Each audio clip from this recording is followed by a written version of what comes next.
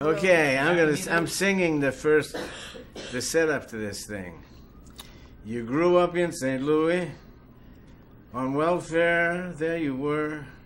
Second of 6 children with a father. I'm singing the St. Louis blues, and that's where you started. That's good. Yeah? Yes. Except there was no welfare when I was born. No Social Security. That came later. I mean, it came early enough for me to catch on to it. But it wasn't there at the beginning. See, white folks hadn't suffered enough. See, everything good that happened in this country is because white folks, you know. And it's interesting, people talk about affirmative action. Well, they talk to the farmer, you know. I mean, they was getting citizens before there was veterans getting money. But as long as it's for everybody else other than black folks or women, America don't care. But when you stop and think about if it's bad weather, we pay the farmers. If it's good weather and they have too much crop, we pay the farmers. That's the problem with a white racist system. Is not as bad as a system with a white racist mentality. Because a white racist sexist mentality, you don't know you part of it. Even black folks can be part of it. I can never be a white racist. I can't be a black racist. That's a myth. I can dislike you because you Irish Catholic, you Jewish, you Russian. That's prejudice. The word racism means the ability to control somebody else's faith and destiny. And because I dislike you because you white, I don't have the power to see to it your children go to bad schools. I don't have the power to see to it you can't get a home mortgage. And so when you listen to a racist system talk about reverse racism and all of that, things will be better about 60 years from now. That's why I'm taking care of my body. It'll be mellow 60 years from now because them black ones and them white, they'll be dead. And a new crop is coming up. And if we're not careful and slow up that young white, because they'll burn the country down to the ground. You see, something's going on with white youngsters that nobody figure out because America is so corrupt. You know, it's not like America was good and then got bad. That's what we like to believe. America's never been good.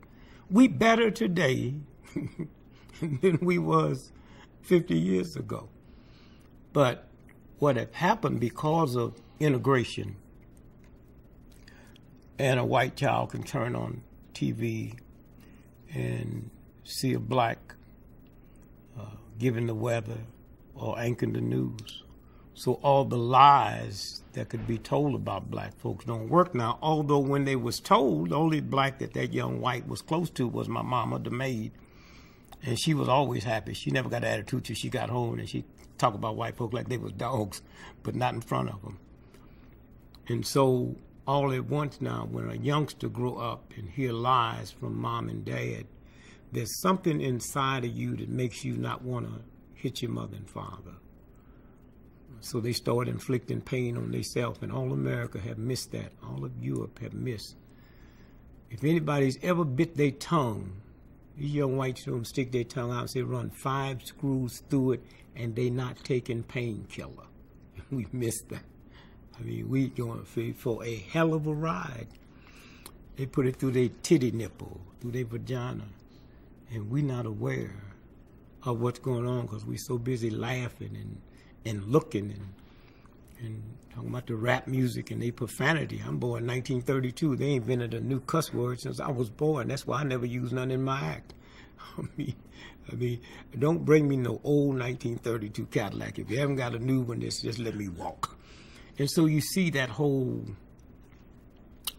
piece where it's changing. But when you're in control, and then black folks, they just fall into the craziness. For instance, I have 10 brilliant black children that don't have to be validated by a white racist system. And so a white system says to black folks, well, look, we're looking at test scores. And say, no, you don't. Go tell my grandmother about that. When I look at the test scores, the Asians is so far over you. It ain't funny, so don't bring me some crap about rating my children with yours. If you're going to play the game, rate my children with the Asians. who's twice as far up that scale as you are. These are the games. And when you control, you're able to do. It's, you know how many, my mother, if you tried to convince my mother that Jesus Christ wasn't a Christian, she dead now. She'd fight you to death, and she didn't believe in fighting. But there's an ignorance there. She didn't know Christianity started after Christ was killed. If you tried to tell her that King James was a thug and a heathen and a alcoholic dog. But the beautiful thing about the King James is they don't lie. They say King James Version. They didn't say Christianity's version. They say Jesus Christ's version. They didn't say God's version. So if you say Bill Dana's version on how to play basketball, well, the key is checking out Bill Dana, because if you ain't got no legs, your version would be different. You didn't lie. So when you check out King James and realize he was drunk during the whole time, the 27 people he had reinterpreted his way, he killed all of them after he read the first draft and knew he was going to accept. First he cut their tongues out. Then after he accepted, he killed them. And he was such a strange homosexual. You know, not like the homosexuals most of us know. He was one that hated women to the extent he killed his mama. So what I want that book in my house for, you know. But that's what this system is about. Keeping people ignorant, making you believe you should be left or right. But when I see Queen Elizabeth, she's neither one of them. The people that run the world don't play left and right. And then it's hard to believe if you tried to convince America today that a white teenager living in rural America is 83 times more likely to use crack than a black living in the urban city. They go down to the ground with you because they're not aware of it. And the reason is that when I was born, the farm, America was rural. You know, and the farmers had 400 or 500 acres or 5,000 acres. And then when they died, it passed on to their children and then to the children. And so you had young white rural folks that certain things they didn't have to worry about where my dinner coming from. And so I might just have 30 acres or 100 acres, but I would get with you who's my brother and her who's my sister and say, look, why don't we plant peanuts?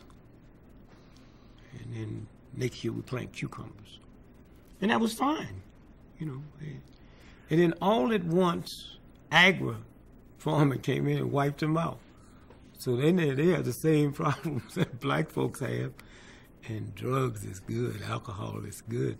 It's the same thing if you get hit by a car and your head's cracked open, they're not going to take you to hospital and operate, they're going to give you a shot of dope. Well, being black in America, back when I was born, the same thing went through my head if I had a skull bucket. So I just go out on the corner and get my dope. I'll go to the church. And those folks that went to the church didn't need the alcohol until they got caught up with it. And then you had the older folks who was drinking, but they had to slip and do it. And so those young whites in the rural area now, they have to deal with their problems and deal with things they never had to deal with. So America have changed, and comedy reflects that. Although we don't want to believe that, but comedy reflects that. That's what we wanted to find out, how you personally try to affect change, black men on the stage and white people in the audience. I never. That's an insult. We will find a cure for cancer, and it won't be through comedy. You go down through the history, every vicious tyrant that was brought to you, it wasn't through comedy. See, we as comics want to overrate this bullshit. You know, we have limits. I thought the same thing. Laughter is the best bullshit, man. When JFK was shot in Dallas, comedy wouldn't have helped us. It was 3 days of music. 3 days of music. Every station, every network you turned on, it was music. Huh? Little mothers don't sing lullaby comedy to little children. Rock-a-bye, baby, and it's music. It's always been music. And then after I can get your head back through music, then I can make you funny. You can tell jokes about JFK being shot in Dallas that if you tried to do it that night on TV or radio, you'd have been put off and put in jail. And so it's never. When I went out and marched, I didn't go out to get laughs. And when I walked up on that stage, I didn't go up there to turn nobody around. And I'd have newsmen come to me and say, Mr. Gregory, how many white folks you think is sitting out there laughing because they embarrassed or they guilty? I said, let me tell you something. Being black, I've been around black folks whiter than the most white folks you'll ever see in your life.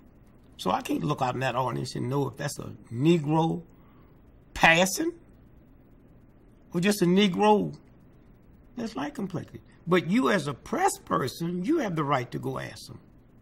When I walk on stage, I go out to get laughs. When I go down Mississippi and march, I don't go down to be funny. And the women will get their equal rights one day. It won't be through humor. Everybody, the Jews, man, had fantastic comics. They didn't get nothing out of that. It was those ones that was willing to come out and confront the system. They said, we're not going to take it no more. If you go back, there's a very good book called The History of Jews in America. And they got a section there about Tammany Hall. And the police commissioner was speaking to the Chamber of Commerce. And he said, Jews ain't nothing but firebugs, thieves, cutthroats, and murderers, and those that's not is because they too afraid. So if you're a Jew with a doctor's degree, you was too afraid to be what he said Jews are supposed to be like. And at that time, 38% of all teenagers in jail in New York City were Jews. And this whole game now, even black folk getting embarrassed. I'm in jail not because of my crime. I mean, you look at these pharmaceutical companies and kill 4,000 and 5,000 people a week, and all they do is pay a fine. And if you go to South Africa during apartheid, and you see how many you can do it now. You can go to St. Louis or Chicago or L.A. and go to traffic court, and 98% of the people in traffic court is black folks. That's impossible. And then when I turn on TV, ain't nobody speeding but white folks. All they shows, I go to the movie, man, they zipping and zipping and zipping. And the brother cool, man. When I get my ride, man, I'm cool, man. I take my time, man. I get my purple hat, my green suit. But there you go, and I have to confront you because I've been in the audience way back, Hungry Eye, Yep. Enrico Banducci, and saw you walk out on the stage, sit down, cross your legs, take out your little cigarette Yep. in front of a bunch of uptight people who were not uptight 20 seconds beyond that. Yes. All right. You were the catalyst. Well, I'm not saying I wasn't, but I didn't go there for that. I didn't go there for that. I mean, and you can't tell me what I went there for. I wanted to be one of the fine comics. When I got in show, I didn't know a black comic couldn't work a white nightclub because America didn't permit a black person to stand flat-footed and talk to white folks. You could sing, you could dance, you could sweat, you could stop in between it and tell jokes. You could talk Pearl Bailey, how bad her feet hurt her. That was accepted. But just to stand flat-footed and talk, you couldn't do that. Now, I got caught because I had nobody in my family that had been in show business, so I didn't know. And nobody ever told me. And so one day, when I was getting good, I mean, you don't start off as a good comic. There's a thing called timing, and you don't buy that. You don't get that just because your daddy or your mama was a comic or because you was the life of the party. Humor. Remember you were using your cigarette. Yeah, but I didn't mean to. I just like to smoke and drink. I did the same thing when I was off stage until I stopped smoking cigarettes, and then I almost blew my act because, no, let me tell you, when somebody yelled out and I did that, I wasn't aware that split 10 billion of a second gave me enough time to switch gears in my brain and eat them up alive. I didn't realize that when I was sitting there in between your laughter and my doing that, it gave me a bridge so I didn't have to wait for you to stop. I wasn't aware of that until I stopped smoking, of how important that was with the timing. I walked up there and what you saw is what you got. I never cussed. I never used profanity. And my second language is profanity. Never on stage. if I didn't walk in with a woman, I never walked out with her. That was the law I had, because that stage was my steel mill. That stage was my coal mine. And you don't go to work in a coal mine to hit on a woman. You don't go to work in a steel mill to hit on a woman. And I use that as nothing but a job. It might be glamorous and this and that. And I never wore the same clothes on stage out in the street. And I'm talking about, man, when I was suffering, I was making $5 a night working 3 nights a week. And I go on credit and get my suits. I had 3 shows. And I never wore the same suit that wasn't pressed. And then that next night I'd run down and get them cleaned and pressed and bring them back in. And that was the respect I had. If a woman back then, America was so sexist, most women didn't come to the club unless a man brought them. And if a woman asked me for my autograph, I signed it and gave it to the man to give to her. And that was, and then one day I had this rude awakening. The New York Times sent a reporter in, a white woman, to interview me at Mr. Kelly's in Chicago.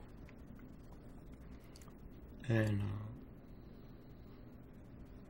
2 white tables walked out because they thought it was a nigger with a white woman. And my problem was to her, I dare you to come in here. I'm not screwing you. I have no intentions on screwing you. And I lose a customer.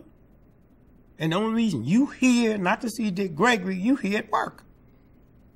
And you upset because you didn't know your brother is this ignorant?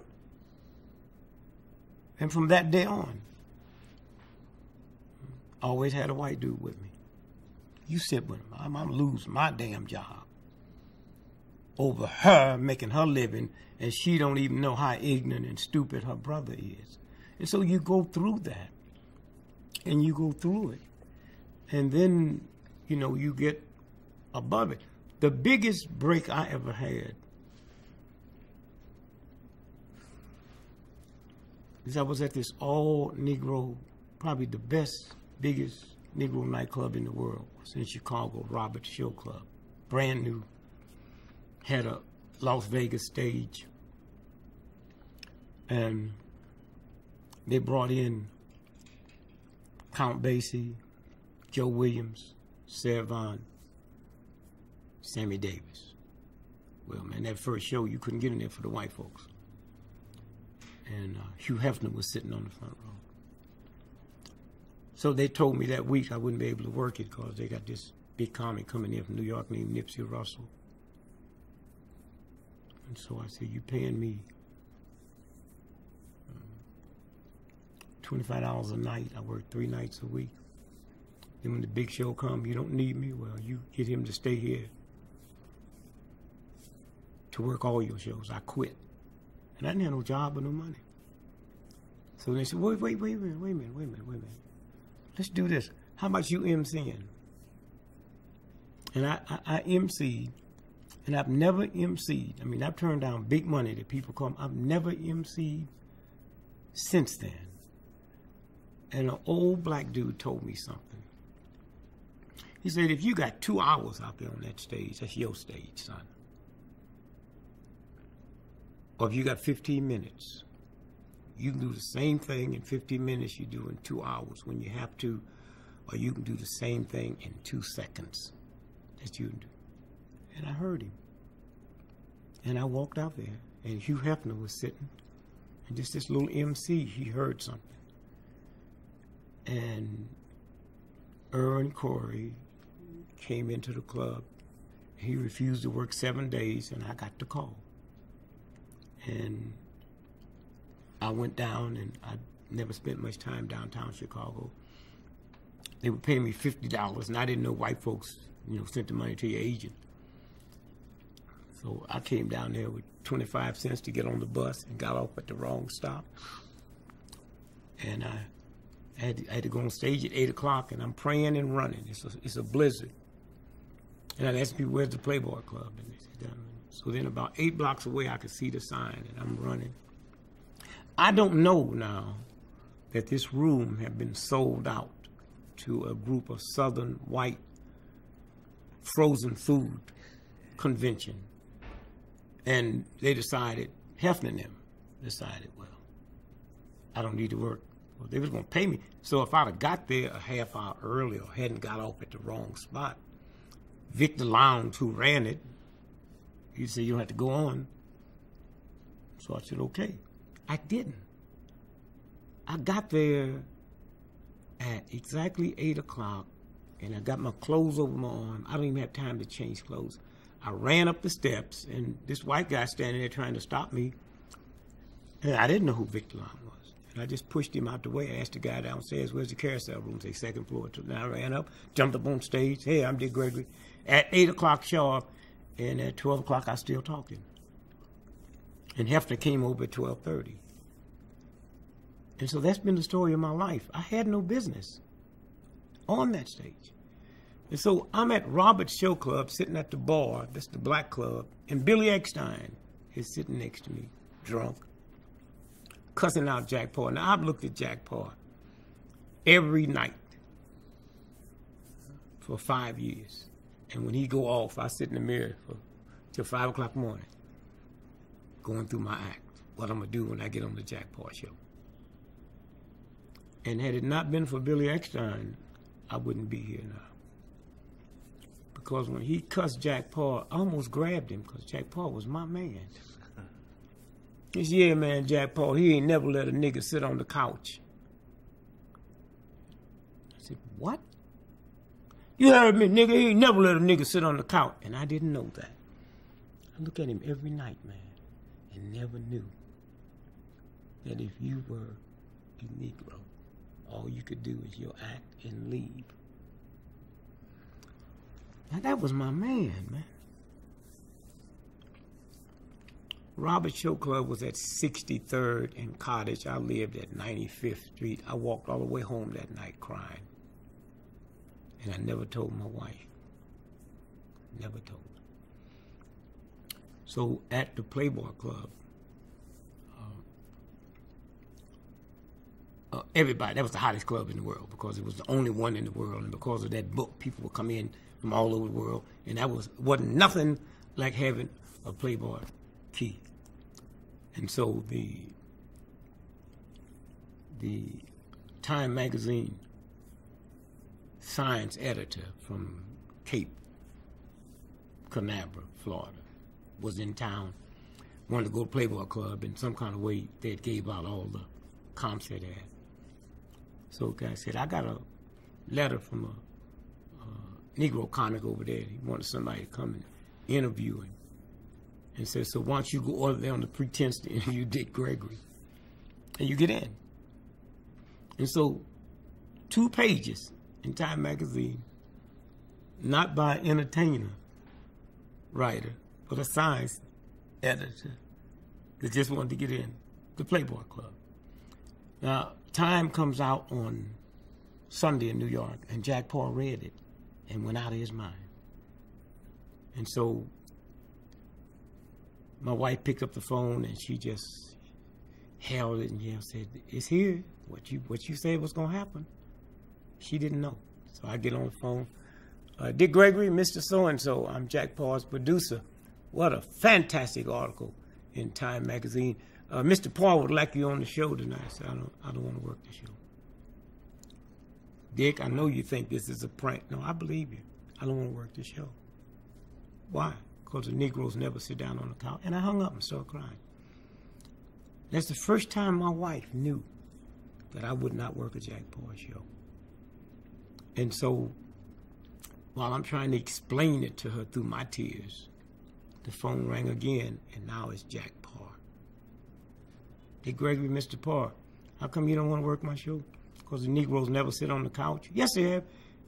You know, the stuff is so messed up, he probably wasn't even aware of it. Okay?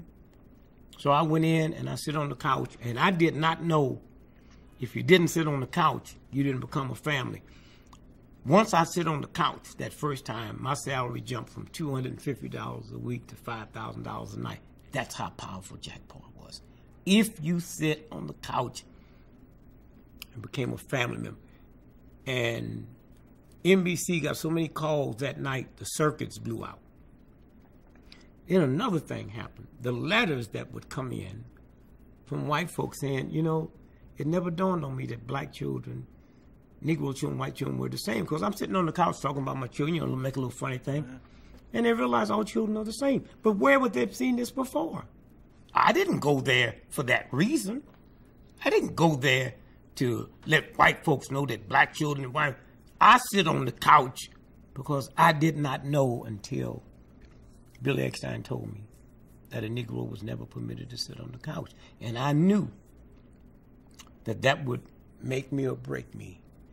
And I chose to be broke rather than to violate that.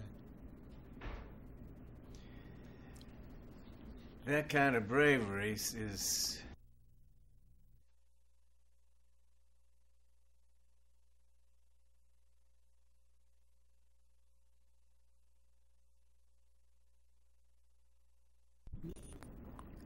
there's another person there that got to inject stuff in me so I don't feel the pain. That ain't got nothing to do with you. Huh? You in there to do your brilliant work to take this tumor out my head. Nothing else. No shape of... If I die, that's part of the game. If I live, you don't claim credit for it. You just said, wow, fantastic. That's what I felt when I walked up on stage. And like I said, I never even realized that a Negro could not work a white nightclub. So I didn't have no act together. What I did do, though, is when I found out, and I knew one day I would, I don't know how I knew it, that you, as a nightclub owner, okay, and when you first start, you're not working the big club, you're working little bars and stuff. Mishawaka, Indiana, try that one, huh, as a Negro. Mishawaka, Indiana, huh, in 1961. Please. So I go there. But before, if you are a nightclub owner or a tavern owner, these are your customers. I have never came there and bought nothing from you. I'm taking something from you. I'm taking a salary from you. So if one of your customers call me a nigger, you lose. I don't. And if a fight starts between them, so I had to be ready. So I'd have my wife call me dirty names and stuff to get the answer. But she's too kind and sweet, and she could never mean enough. So one day I come in and I attacked her verbally. And she turned around with that little sweet kindness. That's what I'm looking for. I didn't even realize it wasn't a word, it was a facial expression. So it happened in Mishawaka, man. Think about that nigga doing on stage, and everybody. I can't make you laugh if you're upset over what some redneck done said. So I said, shh, did y'all hear? He just called me Roy Rogers' horse. He called me Trigger. And they laugh. Now, you know he called me a nigger, but my contract reads every time I hear that word, I get $50 more. So in unity, let's all go together. And you pass it, and then you know, that part was the only thing I prepared for. And then one day, in the black nightclub, there's some drunken hecklers, and they really bothered me. So one Saturday, I came in Saturday afternoon. Robert's Show Club, seat 1,500 people, tables. And I came in and worked my act to an empty room. And I left there saying, God, a room full of drunks that's heckling is better than empty tables. And I learned to have a profound respect for that audience, because they the ones that kick you in, and you just have to learn to get around the heckler or a waiter or waitress, drop a tray. That's your job to do. It's interesting as an entertainer, particularly a comic.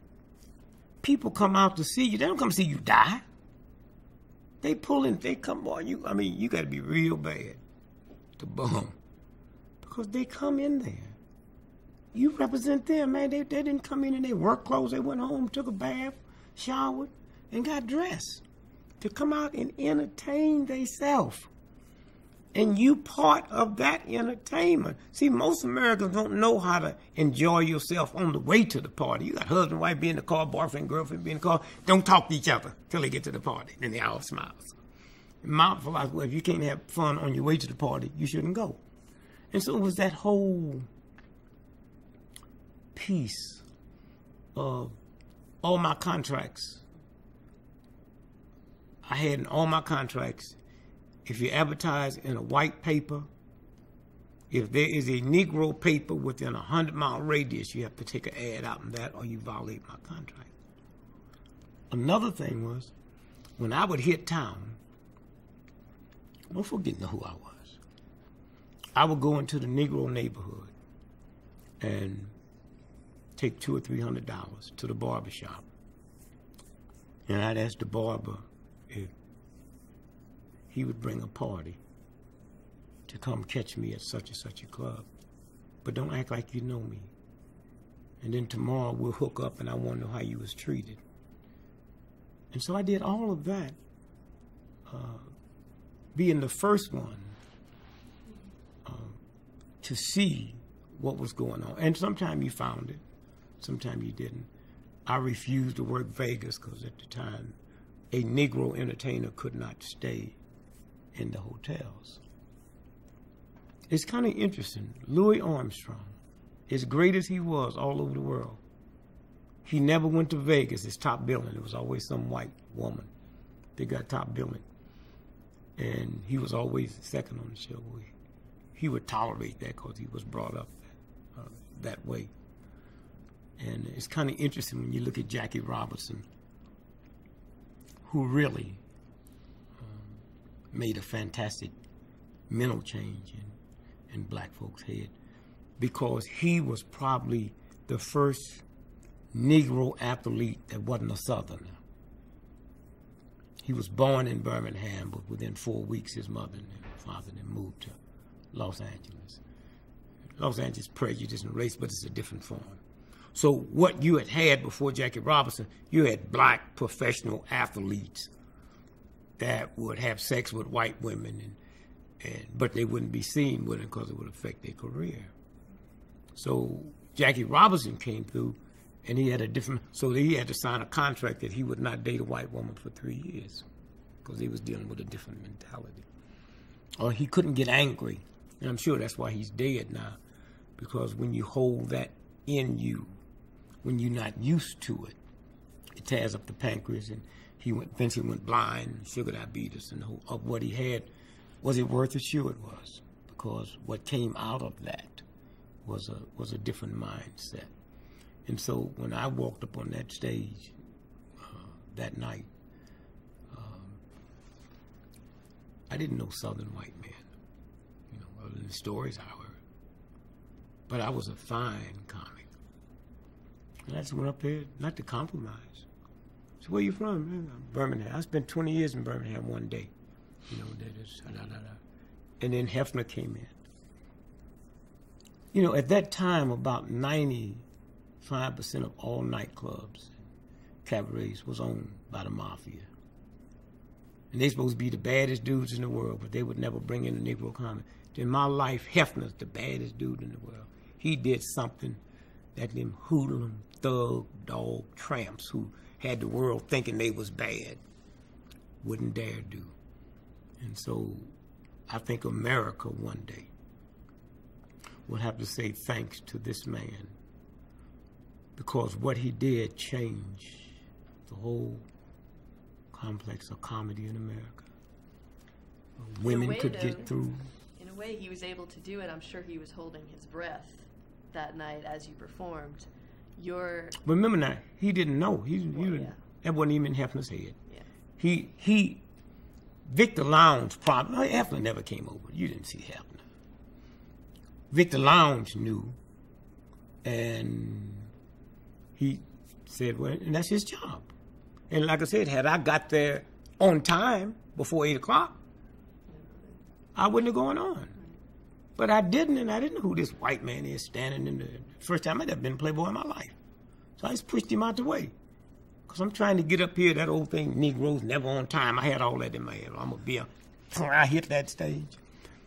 And then, but I'm saying that's how the universe works. That's how universal order works. Because back behind that incident was the Richard Pryor and the Bill Cosby, in Indian comics, in Asian comics, in women comics, and then all at once, women. You go back and look at some of that trash that them comics was talking about. White folks still laugh at that stuff, where the woman got the butt of the joke. You could always tell when Bob Hope going to talk about a nigger here, so I walked down the street and saw this bebopper. Oh, that's gone. And then you had a Lenny Bruce out there that was doing it. He had that select group, but it was, and God, the price he had to pay for that. Now remember, my involvement in civil rights, I mean, I was so hot, I was having 10 people want me for the same week. So if now just 5 want me, I didn't know nothing about that. I got out of show business because my wife and I made a deal. We would never make a decision with the civil rights movement based on how will this affect my career, but a decision would be made on how can my career affect the movement. But I had a problem with you bring me into your club and you advertise 5 weeks and I'm in jail. It wasn't fair to you. And that was the problem that I had. That's why in 1973, I got out of show business. I remember I was in Russia, the largest university in the world, University of Moscow, of which a black person can't go to, but they had the black students would go to the University of Lumumba. And evidently one of the Africans was dating a white Russian woman, and they found him froze to death. And so I went over there to check that out, and we were gonna have this big demonstration in Moscow Square. And we got in touch with the AP, and they was helping so they could get a big news, a Negro in Moscow Square with a sign calling them racist. And that morning, when I got ready to go, that's when the word came through that the 3 civil rights workers had been killed. And because of the time difference, at 8 o'clock that night, I was in Mississippi looking the sheriff in the face. And I called Hugh Hefner and I said, I need you to transfer $30,000, $25,000 as quick as you can into my bank, because I'm announced there's a $25,000 reward. Now, up until then, the FBI had never put up a reward. And they put up $30,000 reward. But what happened is, the guy was going to hustle both of us. So he sent word to me. He wanted to meet with me and talk, and he knew where the bodies was. And he also, I didn't know at the time, sent the same information to the FBI. And then I found out, and I'm waiting for the FBI and they never did. 6 weeks had passed. So I held a press conference in San Francisco and said, I'm on my way to Hawaii, but if by 12 noon those bodies is not found tomorrow, I'm going to come back and go under the viaduct and dig them up with my hands. Well, then they knew I knew. And so that goes back to happening. Then I got to the Hungry Eye, and I just took an advance on my salary and paid Hefner his money back. A very interesting thing, we were marching in Chicago, and I vowed that I would not miss a day's marching until we got rid of the white racist superintendent of schools. And so the job, I do a month in San Francisco, so when Ned Daly, you know, all them thugs found out I was in there, they had a field day. Dick Gregory said, you know, they little playing little stuff in the press. Dick Gregory said that he was going to march, and what they didn't know is I'd planned on flying back every day for 30 days. The whole 30 days I was in San Francisco, I flew back to Chicago every day, led the march, got back on the plane, went out there, and but that's what, and I've had fun. I mean, you knew they would kill you. You knew you could be killed. And you wasn't worried about no redneck. You weren't about the FBI and the CIA that would wipe you out. King was not killed because of integration. King was not killed by some redneck. King was killed because he was the first black in the history of America that got in a position to determine public policy. And they took him out. Not knowing when they took him out, they would do so. I never understood why Jesus Christ had to die. You know, I mean, if you my daughter and I'm God, they mess with you, they'd have heads big as the Empire State Building. I'd mess them up. But then, for that death, what came out, I see King now. Because of that death, the whole planet changed. I can sit here today and say to you, in 2005, never before in the history of America have a black person made the progress that African Americans have made in a 40-year period, in spite of black folks and white folks lying to one another. That's how strong that movement was. And that's what we were able to do out of it. And let me just say this. 10 billion years from now, 10 million years from now, if there's anyone on this planet, Dick Gregory will survive the history, but not as a comment. They wouldn't even waste their time with that. I mean, when I was a little boy, 4 years old, I couldn't read, I couldn't write, I didn't know what a map was. I didn't know St. Louis, Missouri was in the same state with Kansas City. But I knew where Jerusalem was because of a man named Jesus.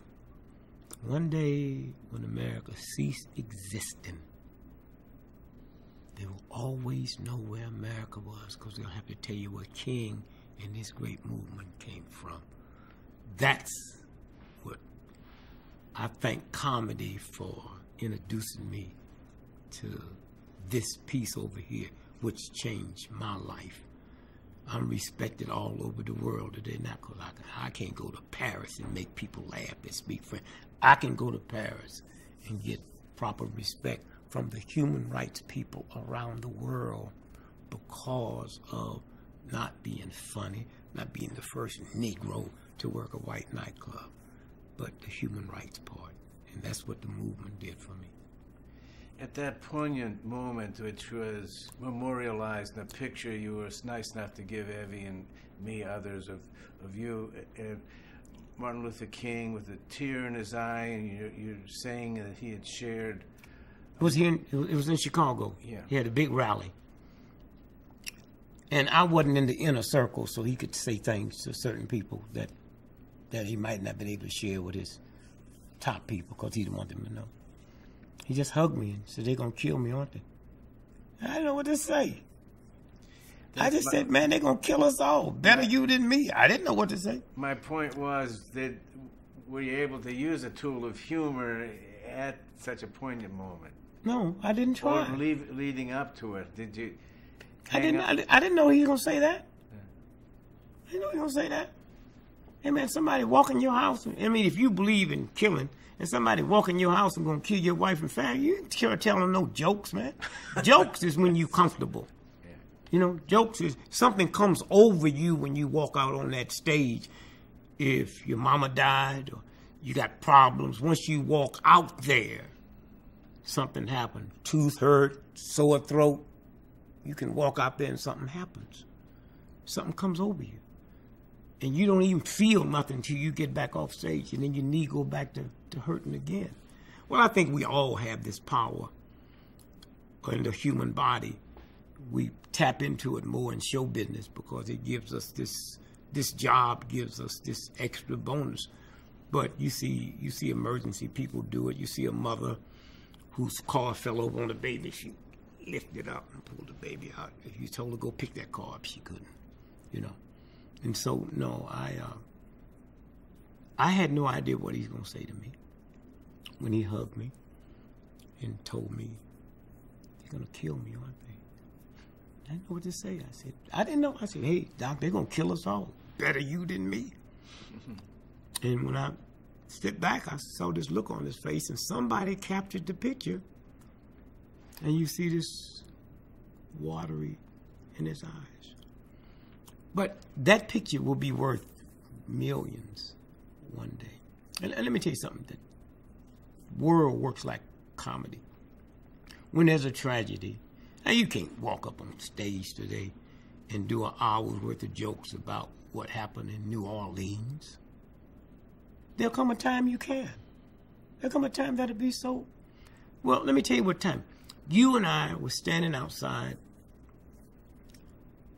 the Ford Theater when Lincoln was shot. When they bring the body out, blood splash on your shirt and my shirt. I go wash my shirt. You kept your shirt. And now, 2005, your children have that shirt. Who knew back then they'd have DNA that they could prove that was Abraham Lincoln's blood? Man, there ain't a Rembrandt that would be worth what that shirt is. That's what time will do. That's what time. It's incredible what time will do. It heals everything. And then you can come in with comedy or come in with a song. Now you can do stuff with music and get away with it. You know, if you one day just go get Strangers in the Night, you know, and just listen to the words. Strangers in the night, da da da da da da da da da da. It's about two people sitting in a bar, and they don't know each other, and they glance and their eyes catch, and they end up in bed. When that song was written, women couldn't go to bars. That's a gay song. So you can hide a whole lot of stuff. I remember when I was a little boy, we go to the circus. And da da da da da da da da da. You know, but it's a whole time.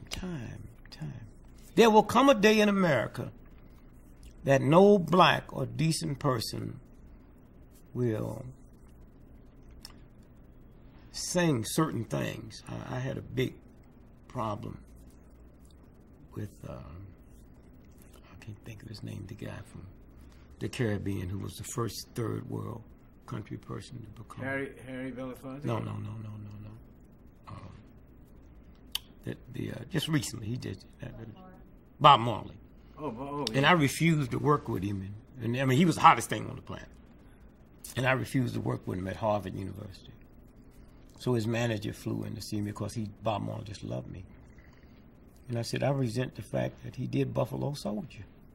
How you gonna praise some Negroes that was killing Indians? Do you know what Buffalo Soldier? When American white folks decided they was gonna starve the Indians out, they had to kill a buffalo, and they sent them black in there to kill the buffalo. That's what they was known as buffalo. So that's the insult.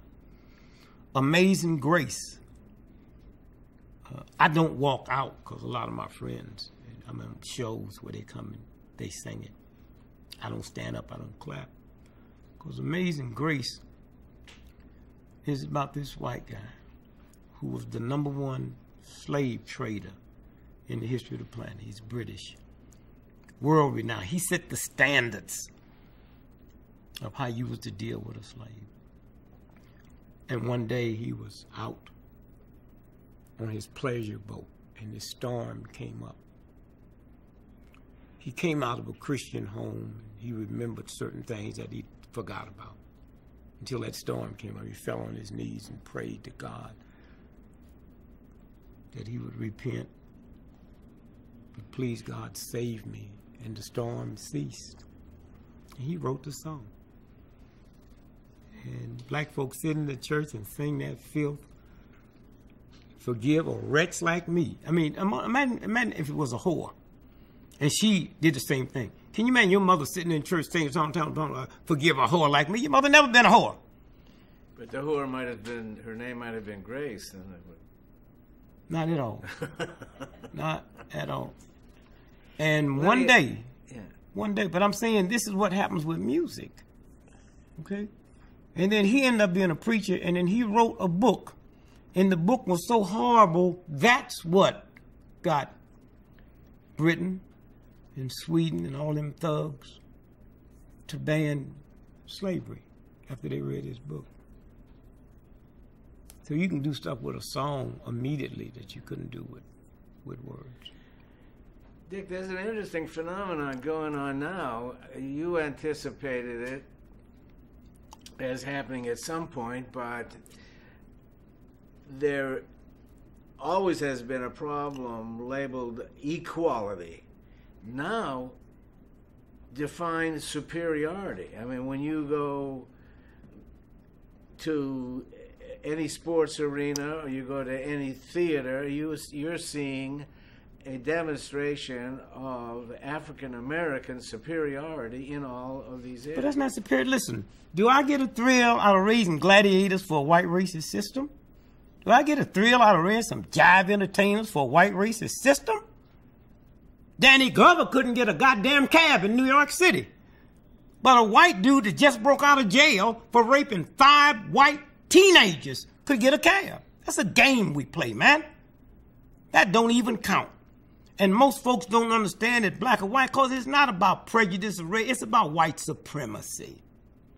That's why white folk can be 8% of the world's population and control 99% of the world's population through white supremacy. That's what it's about. The Jews did the same thing. Mm-hmm. Hey, man, go back in history and look at them Jewish athletes. Huh?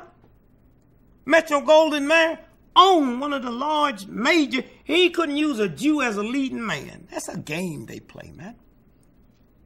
It's a game. But it's a game. It's an entity. It's something. Chris Rock does a riff, and he names all of the sports.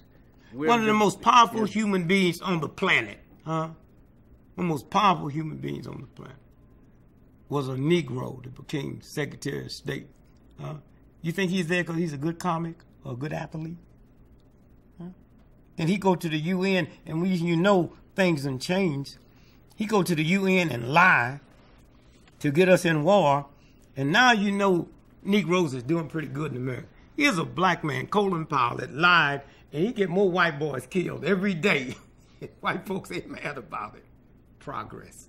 Who would have ever thought a Negro would get so many white folk killed every day because of his lie? But he didn't get there because he was a good athlete. He didn't get there because he was a good entertainer. When you got 1 million+ athletes, black. Now, let me tell you something. If you go to New York City, on any given night, they got midnight basketball. And the crime rate go down while they playing basketball. Okay? 90% of the blacks in New York playing basketball. How many of them get out of there and make a damn pro team? Huh? When you look at all the professional athletes in America, counting all the sports, including hockey, is less than 2,000. Okay? Less than 2,000. It's a damn shame. I set the world's record in the high school mile and didn't get credit because I was at the all-Negro meet, and we shut St. Louis down. My younger brother came through and set the world's record and got credit because they integrated the sport.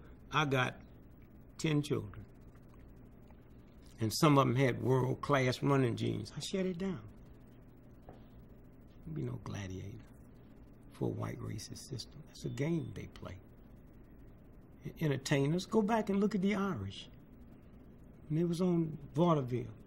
They made that by putting Irish folks down, and then when they broke through, they started beating them up, man, for doing that same bullshit. You know, so nobody give a damn about how good you are in Shakespeare. Would you rather have a child that win a Pulitzer Prize because they wrote Shakespeare, or have a child that won a Nobel Prize because what they did in physics that's going to change people's life? That's what it's about. That's what it's about. And if you look at the trail, it comes through. Then you're going to have Puerto Ricans going to come through and do the same thing. You'll have the same thing to Irish Catholics. That's what Notre Dame was put up there for, because they couldn't go to other places. They said, y'all come on here. but it don't work. The rich people who run the world do not produce athletes. Athletic ability is ungodly, unspiritual. Physical fitness, huh?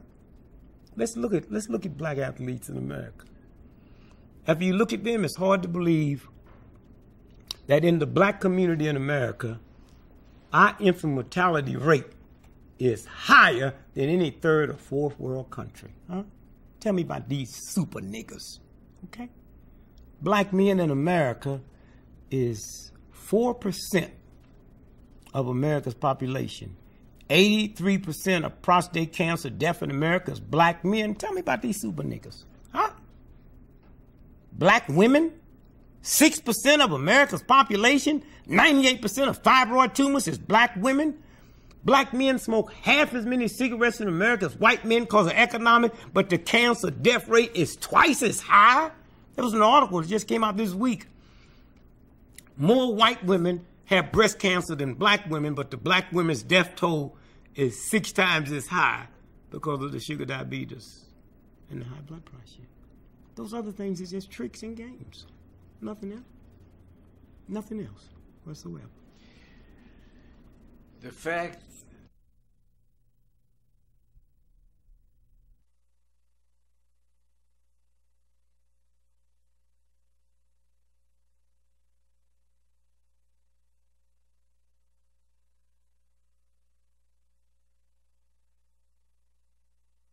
You can never give me history on black. Let me when I'm saying what you said. You talked about superior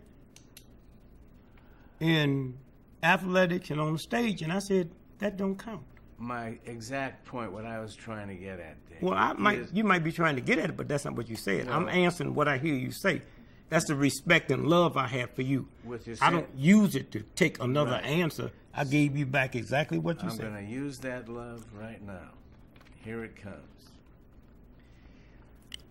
There is a situation, there is a perception in the entire sphere of awareness, media awareness, when anybody watches television and they see sports, they see there is an excellence and indeed a superiority among African American achievers.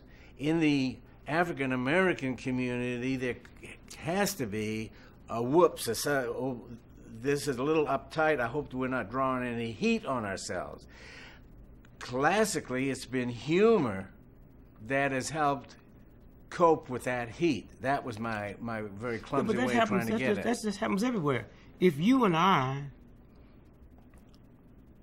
was in Iraq today and captured, we can come back tomorrow and get on stage, man, and tell the funniest act about being captured. Me and you haven't been over there, couldn't do that. So you've always had that. There's women can get up and tell some of the funniest jokes if they wanted to, satire, about menstruation, about pregnancy, about a whole lots of stuff. But that's have always happened. I mean, it never makes the stage, but that's how everybody survived. Imagine if you could have listened to some of the Jews in the concentration camps at night talking about that situation. I used to see black men as I grew up with diamonds, gold. All niggas always be grinning. And I just hated it, man. I thought that was a mark of ignorance. Preachers, just take out. You know how crazy you got to be to pull out good teeth, put some gold in. And when I changed, it's when I'm reading this book one day about the Jews in the concentration camp, that after they gassed them, they would take the gold out of their mouth. And I said, whoa, wait a minute. This ain't a nigga thing. This is what people do when they're oppressed. You hate my Judaism, but you love gold. So I'm gonna so I know how you feel about my blackness. I know how you feel about gold. And if you remember that, if you back there, they was always grinning. Why did my black woman have to do that? Because the black woman named her precious diamond, Pearlie Mae, Sapphire, Diamond, Jewel. Those are hidden things that few people know about, including black folks. Until you stop by and say, wait a minute, hold it. And so when I put on that loud clothes, I want you to see me. America who makes me, even when you laugh at me, look at that nigga with the red shit. You saw me, baby. You saw me. You racist thug. But I made you see me. And so it's this whole piece. The problem we have in this country, we got people dealing with it that's not qualified. Yeah, I'm your father. I raised you. You got a brain tumor. I don't qualify to deal with you. Out of love, I can take you to the right place to get dealt with. I'm a rarity to come through and be an entertainer and understand the social problems that exist. Most entertainers don't qualify to talk about no goddamn social problems. They don't know nothing about it. And all they do is say, you get a lot of black folks sit up and say what white folk want to hear. That's what they did with Colin Powell. When that thing hit down there in New Orleans, all of us in the top leadership said, well, why are you calling us refugees? I'm on the radio and I'm saying, wait a minute. The Nazis we brought back to concentration camps, we can call them refugees. We got people on death row today waiting to die. We call them refugees. And then enough of us raised our voice. And there was a telex that a friend of mine called me. He said, I got a telex you have to see. The head of NBC have just sent out a telex. They say, as of this moment, we'll no longer refer to that incident as refugees. So then, when it happened, you see, the very interesting thing about New Orleans is that all that tragedy was a blessing. It's like this beautiful white woman who they have decided she's the most beautiful woman that ever lived. She got this long, flowing blonde hair. She got these big breasts, big legs. And the whole world don't question, is she the one? And then one day, she's in her condo in New York, which she's paying like $7 million a month rent. And there's an explosion.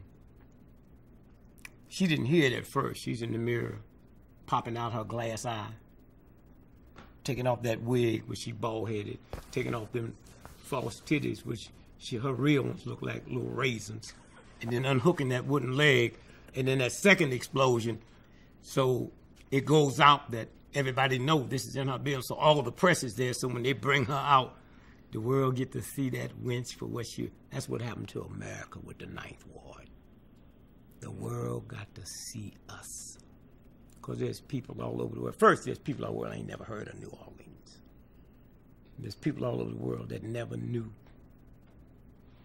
that everybody in America wasn't rich. I mean, I'm born and raised in a rigidly segregated... See, some places you went to movies with white folks, Negroes sit upstairs, white folks sit up. We couldn't do that in St. Louis. You didn't come in contact with no white folks. If you went to a department store, you couldn't try the shoe on or try the hat on. You just took it to give them your size. So I wasn't around white folks except the movies. So I didn't get around white folks until I went to college. I didn't even know there was any ugly white folks, man. I mean, you see no ugly white folks in Hollywood except Frankenstein and Dracula and Wolfman, and they bill him as being ugly. So I'm down there at Southern Illinois University, and I'm looking at these ugly white folks, and I said, oh, God, that's okay. And I didn't know no white boys had long penises, big. They told me all black men, that was our gift from God, and all white boys had little bitty penises. And I'm an athlete, man. I run into the gym and run to the toilet, and I look at this white boy, I said, no, God, no, they lied to me again. That was the only thing I could reach back and get with the racism and say, well, at least his joint ain't as big as mine. And I sit there, man, I was humiliated, I was embarrassed. I wanted to ask him for his autograph. You know? And so it's that whole piece that's coming out, that come out. One day when we look back, You ain't seen the humor that'll come out. I said a long time ago, one day, the hottest clubs you will go to in America be slave pits. They be named slave pits, and you go there, and black folks be dressed like slaves, and you know, that's what humor's about. When it's over, you slam your hand in a corridor, nobody better not laugh. But 3 weeks when it's healed, you say, man, let me tell you about Greg, let me tell you about this stupid thing, and you just laugh, and we laugh, and I was drinking this whiskey and got, huh? Time. It works for everything. And that's where this will go. The Ninth Ward that's going to be a tremendous story. It could be a great awakening if media handles it right. We're going to see history made there. It's not. It won't. It never have. It's not. Not at all. I'd like to go back to Dick Gregory, comedian, for Yes. a moment. You go out there, as you said, you're there to entertain, but the material that you're using is often what we're talking about now. Yeah. It's underlying the seriousness, the fine line between Yeah. laughter and tears. Where for you is that line? It never was. I went out there, I'd be smoking. I walk on the stage, I sound so good, I wish I was sitting out there listening to myself. I mean, I walk out there to cook. Nothing else. I do 200 speaking dates. Funny, but there's nothing like, Dana, you know, when you walk out on that stage as a comic, not as a speaker, where you can take your time and be funny, or be funny where you want. When you walk out there and something comes over you, the audience don't know. You know, I remember one time I got out of show business. I had never seen white comics other than on TV, and I thought they were square. I mean, so I go down and see Dick Shawn. And I didn't have no money, so I go in, hang out with the shoe shine dude in the men's room until it came time for him to go on. And I went and sit at the bar and bought me. If you're sitting at the bar, you didn't have a minimum. And I bought me a 7-Up. And Dick Shawn came out. Never seen nothing like it in my life. I called my wife and said, well, I just saw a white boy that making me get out of show business. And so I walked home from downtown in the loop of Chicago to 95th and Wentworth, crying. And so I'm getting ready to call the guy at Robert's Show Club and say, I'm not going to be a comic. And something, and you go back to the scene of the crime, I went back the next night to catch the first show. And I saw him. And I went back and talked to the black guy. I said, oh, man, I wish I had me some more money. I'd stay here, catch his second show. He said, what do you mean second show? They're all the same. You've been doing that same bullshit, man, for 20... And I didn't know that. You see, where I worked, black folks would come in economically and stay for all 3 shows. So you had to have 3 different... I can walk on stage right now and stand and talk for 4 hours. But I didn't realize the luxury of a white comic. You do 20 minutes. And you do that for the rest of your life. Because when people's paying that type of money, they ain't got time to hang around for no. And by the time you come back next year, they didn't forgot all that stuff. And it was kind of interesting because then I got out of show business and got back the next night when I found out. And then a strange thing happened. I very seldom spend any time in L.A. I was in L.A. on my way to the airport, and they came over bulletin, Dick Shawn just died. And I turned the car around and called my wife and said, book me out tomorrow. Just go to the hotel and say a prayer Thanksgiving. You know. So it's, He died on stage, too. Wow. Had a heart attack, I know. Yeah. Yeah, under a pile of newspaper. Wow. Is that incredible? Yeah, Your ability to go out and do 4 hours, which I've heard about and done, where does the material come from? Well, you create it as you work. I mean, it's just life. You know, it's just and just growing up. Stuff you heard the old folks say. You see, I didn't have the privilege of seeing white comics. I'm born and raised in St. Louis. And there were no black nightclubs. So if you lived in Chicago or New York, Detroit, where they had black nightclubs, there was no television when I was born. And so when I look back now and realize, you know, where I got from, it's a black preacher. You can't find no more humor. I mean, here's a minister that have a different sermon every Sunday for 52 weeks, have no writers, and funny. Whew, and I realized that's when I have to sit back, because I can't justify where it came from. And then I also had enough sense that I started making money to get writers. I mean, before I hit big, to bring in writers. And when I came through, people, you know, thought that you was a brilliant comic if you didn't need writers. I used to just justify mine and say, Henry Ford don't make his own cars. That's the mark of success when you don't have to do your... What my genius was, I paid $25,000 for a piece. One of the biggest, wealthiest people in Hollywood was Ed Weinberger. He worked for me. I mean, when he wasn't even funny, he'd write this old funny, he was writing Jewish stuff. But we hung out. And a black guy named Jim Sanders. They lived with me. Until we came to Chicago, I put them in a hotel. When we go out on a job, I get a suite, they get a suite. I get a Lincoln, they get a Lincoln. And when I went south to go to jail, they was there with me.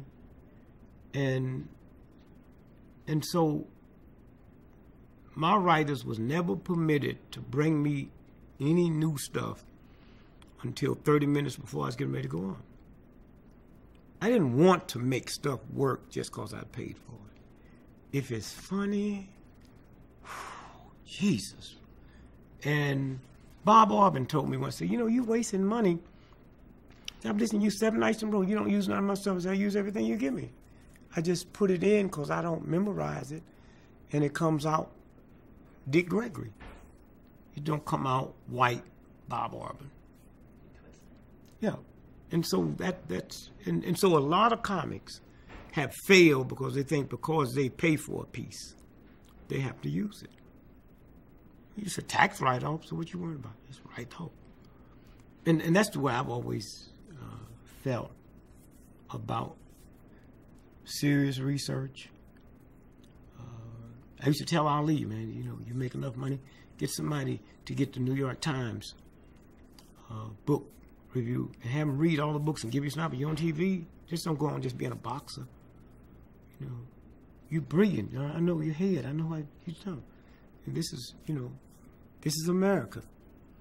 Be that. Use the soapbox. Yeah, you know. Yeah. You've said your uncle's funny, a guy in the street's funny. What's the difference between being funny and being a comedian? Timing. The best laugh you ever had in your life didn't come from a professional comedian, came from friends and relatives. A professional comedian is nothing but timing. And I tell these youngsters now, if you want, you got to work. You know, forget the money. Fine. When I was coming up, I stand on the corner. I knew where the people who worked for the welfare office in Chicago, I knew what time they took their lunch. I'd be right there waiting for them. Hey man, let me tell you something funny about it. At nighttime, I'd be at the bar, pull my little group together. Man, let me tell you something about it. In the black nightclub, I learned something. I mean, you can do it in it, but in the black nightclub where I came up, I didn't break in new material till the 1st and the 15th because that was payday. And I noticed they laughed better on first. I never broke in no new stuff in between that. That's great. It's just little stuff that you know because, you know, like I said, I looked at this as a job, not as some celebrity status or some entertainer. This was my job, and what a blessing that I can go and make a living being funny, and other people admire you. Who admires you working on the assembly line at Ford Motor Company? Unless you can steal, you know, or unless you can outdrink everybody else, outcuss everybody else. So I always looked at this as a special privilege, and I used it as that, nothing else. Also, I would imagine it gives you a certain advantage to be able to travel through the country, to really, for your other life as Dick Gregory activist, to have really your finger on the pulse of what's going on. I mean, who else has that kind of luxury of... Oh, yeah, no, it's, you're right. It's, entertainers. Bill Cosby gets 65 million people looking at his show. 100 years from now, nobody know who Bill Cosby was. 1,000 years from now, they'll know Dick Gregory. Because it had nothing to do with entertainment. It had something to do. And I never had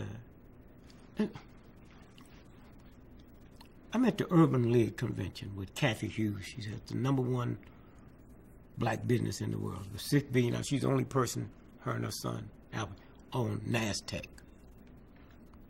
stock market. So she's at the Urban League convention, Washington, D.C. She said, come on by. The president's speaking. So I go by. And the Secret Service agent said to me, he says, you know how much people love you? I said, what do you mean? He said, the people who will come in here in the next half hour with the president will have to show us credentials. You don't have none. And everybody let you through anyway. So I go in, and they got this front row. I said, no. I don't want to embarrass. I done said so much dirty stuff about this man. I'm going to sit in the back. So she demanded I'm supposed to be up on the stage with the president. I'll sit here with you. So I didn't know I was in the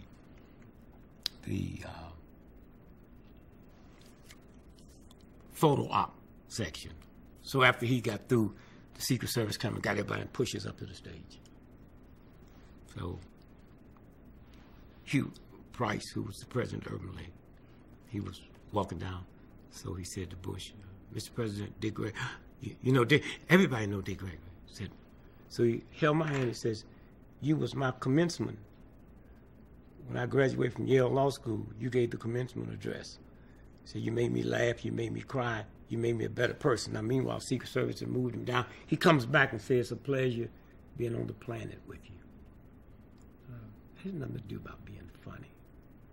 It has something to do about, you know, the presidents, they got the CIA, the FBI, and they look at the record, they know I never had a hidden agenda. Never wanted a gun, never wanted to kill. They tap all my phones. I used to do a line in the old days about the government tapping my phone and would catch people like Jack Paul because they was straight-laced. America? Tapping your phone? You got any proof? See, anytime a nigga can old Bell telephone $35,000, they don't cut the phone off. It's tapped. You know, how do you get even with them? You call them up and call my wife and read the alphabets off backwards, and they'd be up 4 days trying to crack that code. What is, you know? But no, it was, and then you knew you could die. Why not? They killed everybody else. They killed the Kennedys, and you know it's kind of interesting because this press is so vicious. Because the people who do all the dirt run the press, not the reporters. That once you start telling the truth, they have a lower respect for people who expose conspiracy than they have for drug pushers and child molesters. I mean, there you go with that new, you know. But if this country falls, and we just about that, I don't think we'd be on a point of no return. But if it falls, the two people we can blame is the press and the police. Because the police know what happened to JFK. They know what happened to Kennedy. They know what happened to the World Trade Bill. All of them don't. But they know what went down. And the press, all of them, but they know. And what good do you do have a free press if you're just going to use it to manipulate people? And you know, the interesting thing, when you look at a democracy, that's a system. And I've always said, if this democracy is so good, how come we got to run around the world trying to ram it down people's throat with a gun? Anything good, you don't have to force on people. They'll steal it. You think a bank got to stand outside and say, the door's open, rob my bank? You just leave the door open, brother. We'll take care of the rest of it. I'd be calling cousins that done died to him, and Yeah, you sure be alive. Let me tell you, they got a bank with a door open and ain't nobody there. I know you would love that. But when you stop, and a democracy is where the least of the people participate in how they're going to be governed. That's democracy. A republic is where a handful of elite, aristocrated white men or men determine that we know what's better for you as a woman, as a poor person, than you know. So let's pledge allegiance to the flag of the United States of America and to the republic. One thing about this whore, she don't lie. She never pretended that this was a democracy. And we say, I pledge allegiance to the flag of the United States and to the republic. This is a republic where a handful of elite aristocrats determine who's going to live and who's going to die. And that's what it's about. But they tell us one thing, you know, the American people is 1/5 of the world's population, and we consume 96% of the world's hard drugs. And we don't need nobody to tell us, but we're so out of it and so ignorant, so stupid. We don't know. That's not counting alcohol, nicotine, and caffeine. Every 4 seconds we've said here today, a woman in America has been beat up by her boyfriend or husband. Not by no stranger. It's a game. The 3 killers in America, not homicide, cancer, heart condition. The number 1 killer, sleep deprivation. The number 2 killer, dehydration. The number 3 killer, lack of physical fitness. All of them are free. All of them are gifts from God. But we so messed up, we haven't got time. If you don't have time to buy gas, the car runs out. And you know, my biggest problem, and thank God I was a comic and was able to live the lifestyle and the money. My biggest disappointment is I didn't know white folks would tolerate this. I swear to you. I just said, Lord, if I can just get over these white folks, I'll be safe. Well, I learned something in the civil rights movement that's not true. See, if you go back and look at all the footage of the civil rights movement, I was there. You know why you didn't see me? I was back in the back where I thought it was safe, where them nuns be marching. I didn't think anybody would mess with a white nun until that brick hit one in the mouth. Teeth and blood from everywhere. I said, oh my God, God damn. And before I could get myself together, a little black child been hit in the head with a brick and brains and stuff splat. But I didn't think white folks would tolerate the New York Times line. I said, if I could just get over here where the white folks are. I didn't know white folks would tolerate bad schools. I didn't know white folks would tolerate food additives in their food. And then it dawned on me one day after I started getting sense, Hitler didn't declare war on Africa, he declared war on white folks. They didn't make a nuclear bomb to drop on, they made a nuclear bomb to drop on each other. But and so, I'll give you an example. When all the stuff in the Gulf, all the hurricanes and gas prices just went out the box. And you got presidents and people sitting up lying to white folks saying, well, you know, we had to shut down the rigs. Let me tell you something. It is a damn shame a brother got to sit and tell white folks. All those rigs in the Gulf, all those refineries in Texas and Louisiana, not one thimble of that all comes to America. That all go to foreign countries.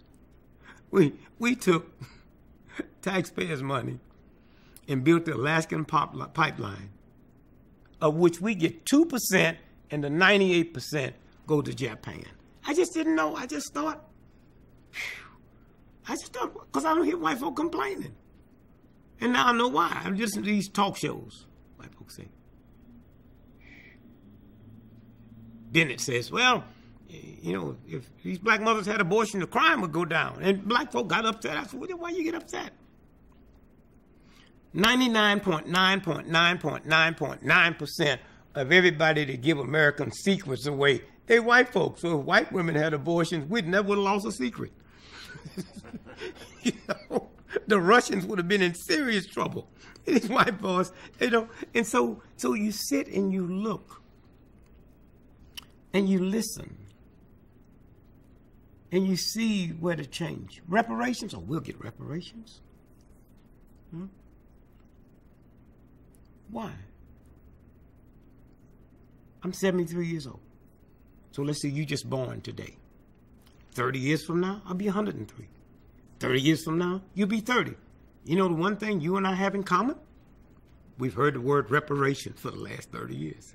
Then 30 years from that, I'll be 163. You be 60. So I'll be 130. You be 60. Then it'll happen. Because all them old foggy-minded white folks and black, they be dead. And then everybody was sitting, and not just reparations for the blacks, the Indians will get it. Mother Africa will get it. Because you'll have a bunch of fair-minded people. I didn't know when I was growing up in the black community, when I said, man, you Jewed me out of my... I didn't know that was about Jews. You gypped me. I didn't know it was about the gypsies. You welched on the deal. I know there's a group of people in England as well. I didn't know that. And so now that's the great thing now. All of it gets exposed. And so you can't say things accidentally because you didn't know what it meant. So you got these fair-minded folks that have come through, and the whole world will change. But you have to put in people's face. I remember one of my great research writers, Jim McGraw, white, Yale Divinity School, homosexual. And I've never been around white homosexuals. I've been around black ones. It's funny about the black church. God don't like them. The strongest two forces when I was a little boy in the black church was the black woman and homosexuals. If it wasn't for them, we wouldn't have no choir. Aretha would never learn how to sing. You know, the band director. Then white folks said something wrong with it, and black folk go crazy. Oh my God, you know. I know a preacher, when I was a little boy, he was too gay. And he had a radio show when few people had radio shows. And every Saturday he'd come on and say, I'm in love with a man. I just can't call his name. Everybody thought he was talking about Jesus. He's talking about this lover. You know, so, but when the gays came out the closet, things changed. Because as long as they was in the closet, you had white men. Oh, Ralph, you so, if you was a woman, I'd marry you. And then all at once, that thing came out, and those attitudes changed. It's like you're a woman, you're a waitress. Hey,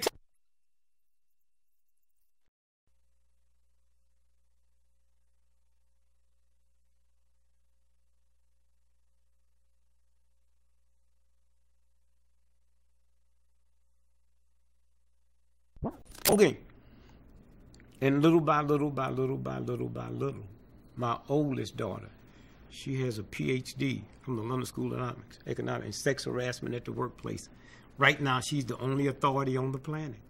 And if you brought her into court to testify for you, they can't bring nobody else in because she's right now recognized as the only authority in the world.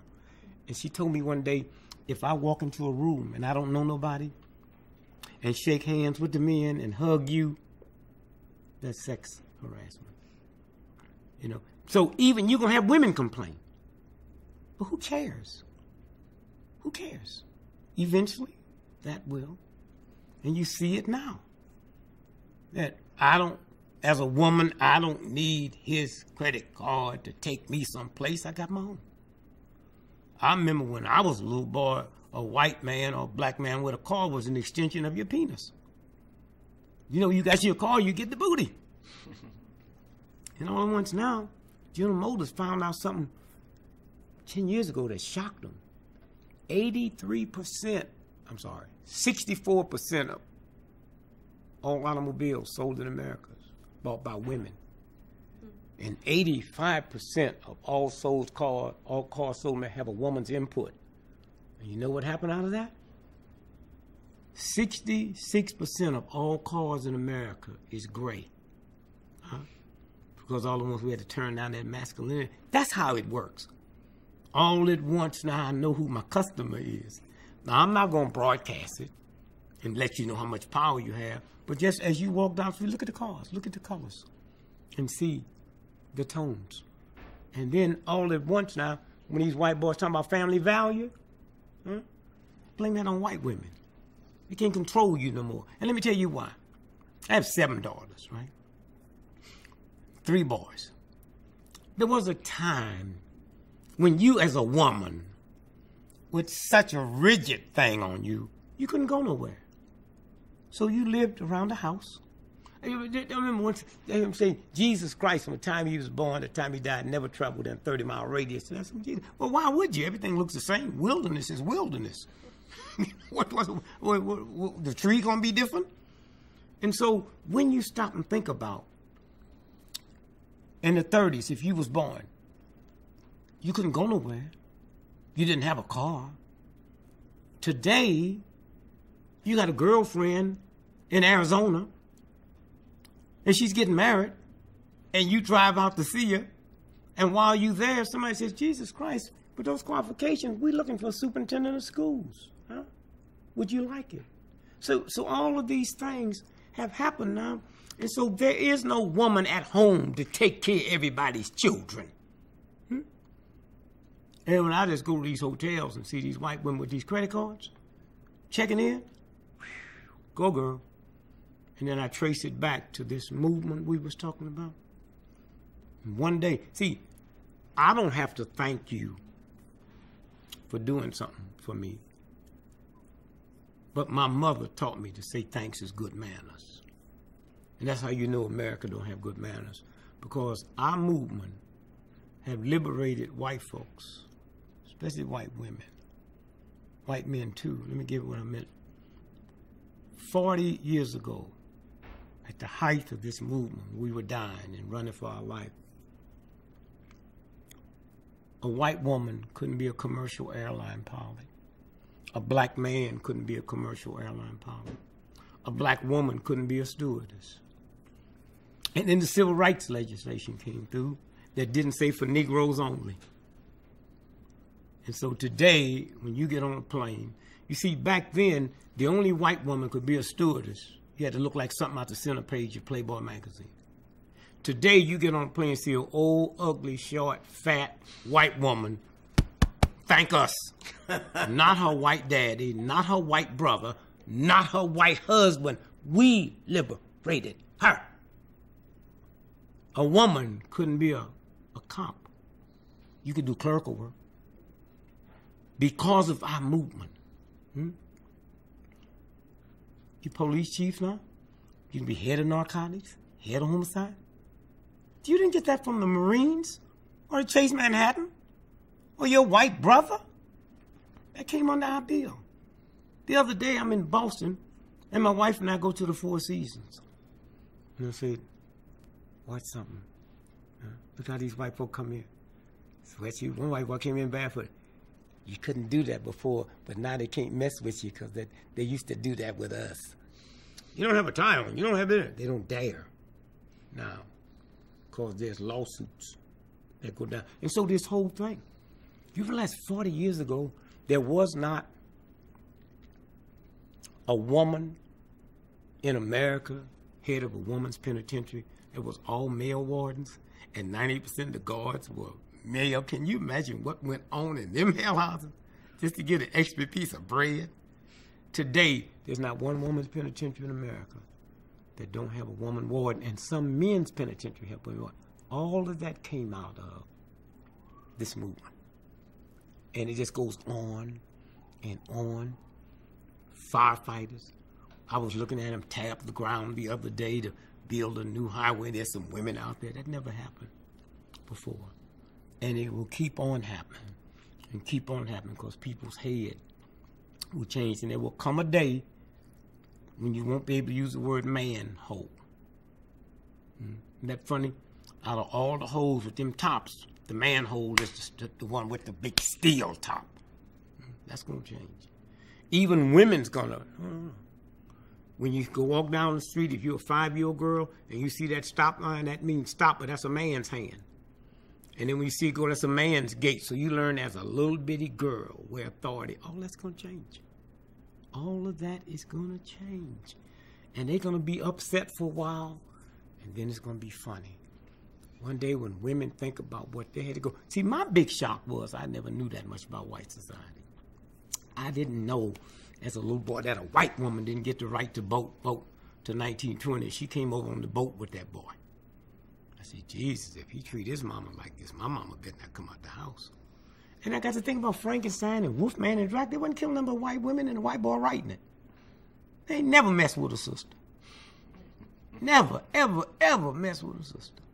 And one of my big lines when I was out there on that stage, I said, hard for black to believe in Santa Claus. We know damn good well ain't no white man coming in a Negro neighborhood at midnight. And then this big old fat chubby white boy gonna get down my chimney. When he get down, he don't have no soot on him. Give me a break. But straight life. I raised 10 children and no Santa Claus. Why am I gonna work and let some white man get credit for something that I bought for my children? You know, not at all. I remember one day we live in this big 400-acre farm. Oh boy, was we living good. And right up in Boston is Roxbury. Poor, ghetto. So my children came to me one day and said, Dad, we bringing in these high school girls from Sweden, and we'd like to know if we can keep a couple. I had a big 400-acre farm with 5 houses. No. You want to keep somebody, you go get some of them poor blacks up there in Roxbury and bring them down here and let them live good. No more conversation, right? So about 6 months later, I said, Dad, I'd like to talk to you. Don't get upset. They're here. There's about 24 of them. We just like to know if we could have a little party. Sure. Wait, if you know anything about Sweden, you know how much older them little young girls look than ordinary. So I'll go downstairs to say hello. Jesus Christ. Wow. Next year, we'll keep a dozen. Bring them on. The life. Looking back now with hindsight, is there any advice you would offer to someone entering comedy now that you wish you had when you were starting? No, the comedy is here's what I tell everybody in comedy. Say, go to an old bookstore and get you all the old books. Milton Berle's 10,000, blah, blah, blah. And then read them. Comedy books. Comedy books. Because, you see, if you was just starting comedy today, you know, then you go and you get the books and you see New Year's Eve jokes, New Year's jokes, Christmas jokes. And you just switch them and make them up to the day. And then once you got this, see, once you walk out there and you know, you might not even need it. Because you can cook, as long as I know I got something to fall back on. And once you become a millionaire, don't nobody want you to pay. They grab the tab. Once you become rich and famous, you can't buy nothing. Well, it's the same thing in your head as a comic. Once you walk out there, you got, and I can tell a Christmas joke in August. Depends on how you frame it. You know, how you frame it. And then your head opens up like a joke I use, groundhog. I say, I can't believe these white folks is this clever. I say, groundhog, February the 2nd. And then on February the 2nd, if the groundhog sees his shadow, 6 more weeks of winter. I say, now spring don't come to March the 21st. That is 6 weeks. So I'm saying, but you free then to invent, to create. Say, if the groundhog sees his shadow, 6 more weeks of winter. So then I switch it and say, I was in New York on February the 2nd, and I was doing this radio show, and this white dude said, I said, Gregory, today's Groundhog Day. What do you think will happen if the groundhog sees his shadow? I said, back up, I don't play that mess. And he turned on me. What do you mean? You un-American? Unpatriotic? I said, no. I'm sorry. I didn't know you were going to take it that way. Ask me again. He said, today's Groundhog Day, boy. What do you think will happen if the groundhog sees his shadow? I said, 6 more weeks of winter, sir. I said, but since we're going to play it, let's play it.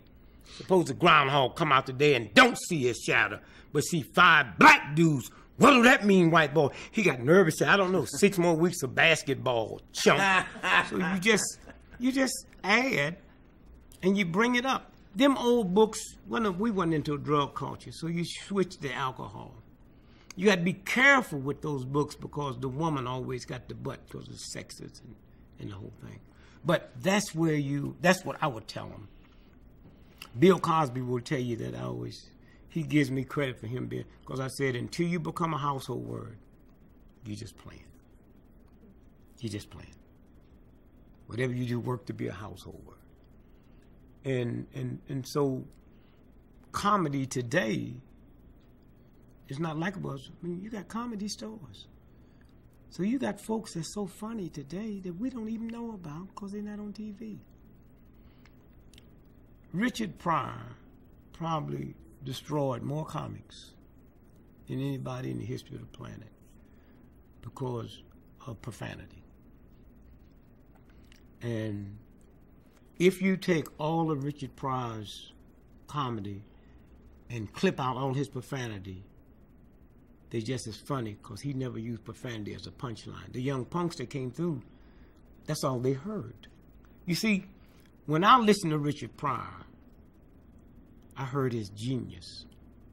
When I listened to Red Fox, I heard the profanity. So I couldn't bring a Red Fox record out until all the good Christians had left.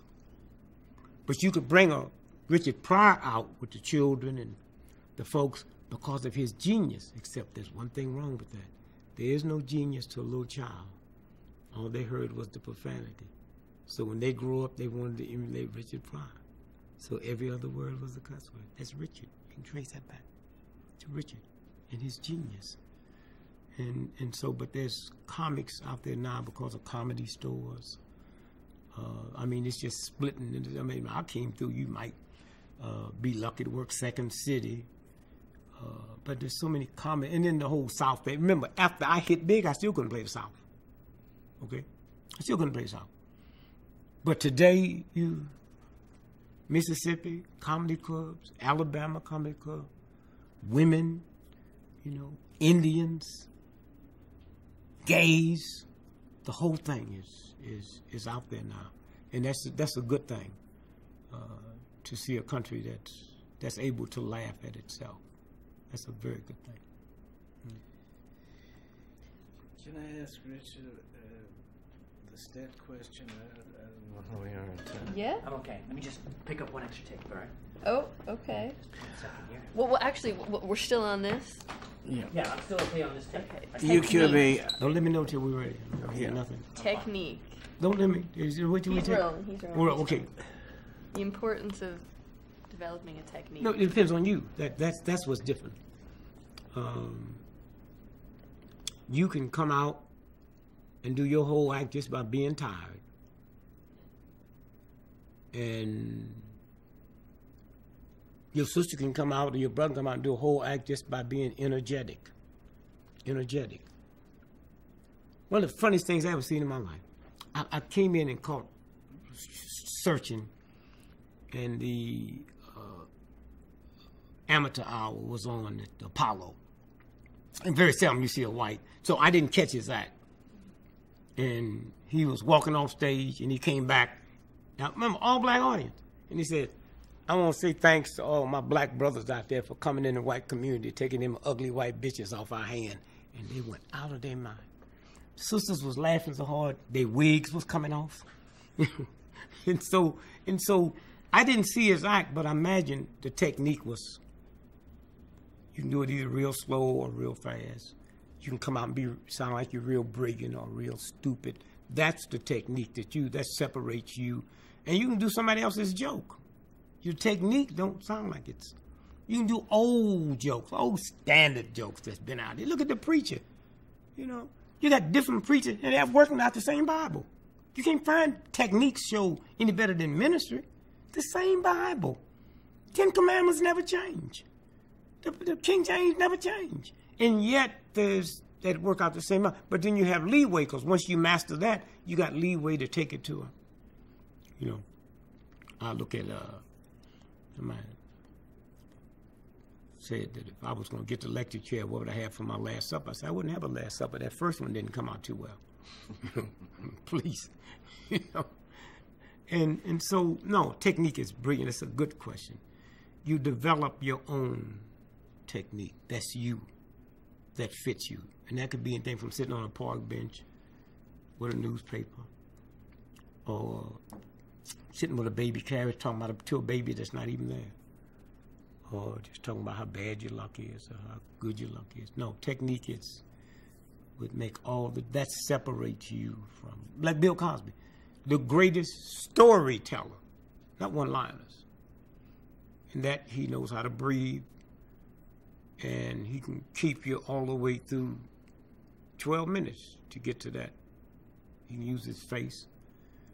You look at Red Skelton, Jesus, what he could do, just face and pantomiming, and the whole bit was just outrageously funny.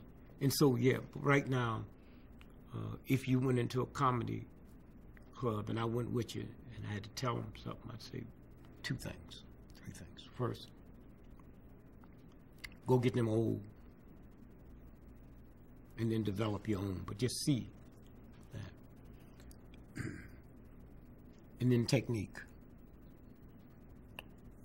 And then remember, you make your living off your brain. And you have to rest it. That's very important. If you make your living dancing, then you got to take care of your feet, foot baths.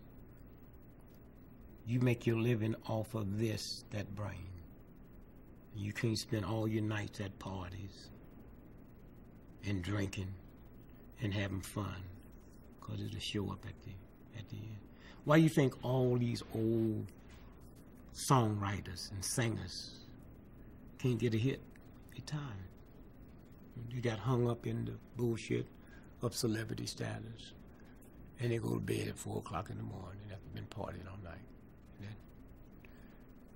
Said, you can take this, take care of your body, because you're going to make more money on one engagement than most folks in America, not in the third world, make in a lifetime, in a year.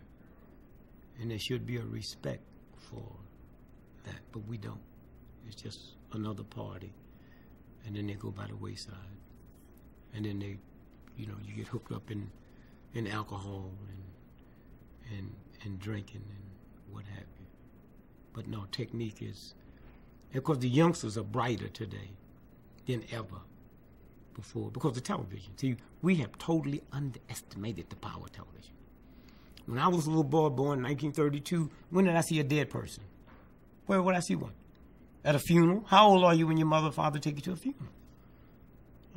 A plane crash in Afghanistan today, them bodies is in your living room tonight. And so the whole mindset done changed on young folks. And us old folks don't know it. You can tell them old fools. I tell black folks, I say, you think the more you suffer, the more you gonna sit in the right hand of God. Y'all in for a big rule. God and poverty do not peacefully coexist. You want to find out what God ain't, go through the community and find out what poverty is, and God ain't there. That's a game we play. I don't know what's wrong with these youngers today. When we was their age, we had to lock no doors. You didn't have nothing. Shit, you serious? I mean, this whole, you look at the whole, and you can just switch. It's so much, and there's different types of humor. I mean, I see a Shelley Berman do coffee, milk, and tea. Just before I hit. I couldn't go in a black nightclub and do that. Because 99.9% of black would never been on an airplane. But I could switch that to a Greyhound. And be hilarious. Just hilarious. And now, everybody's on a plane. See, the plane was crashing, and they had to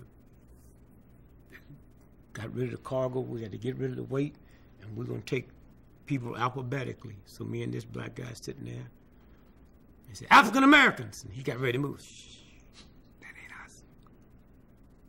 Black. Shh, don't move. Colored. Shh. He said, where we going to go? We Zulus. You know? So the whole thing. And, you know, don't be afraid of people. Because when you're there, you're by yourself. Not a singer, not music, not you out there all by yourself. And do it. Be prepared. Don't go up tired.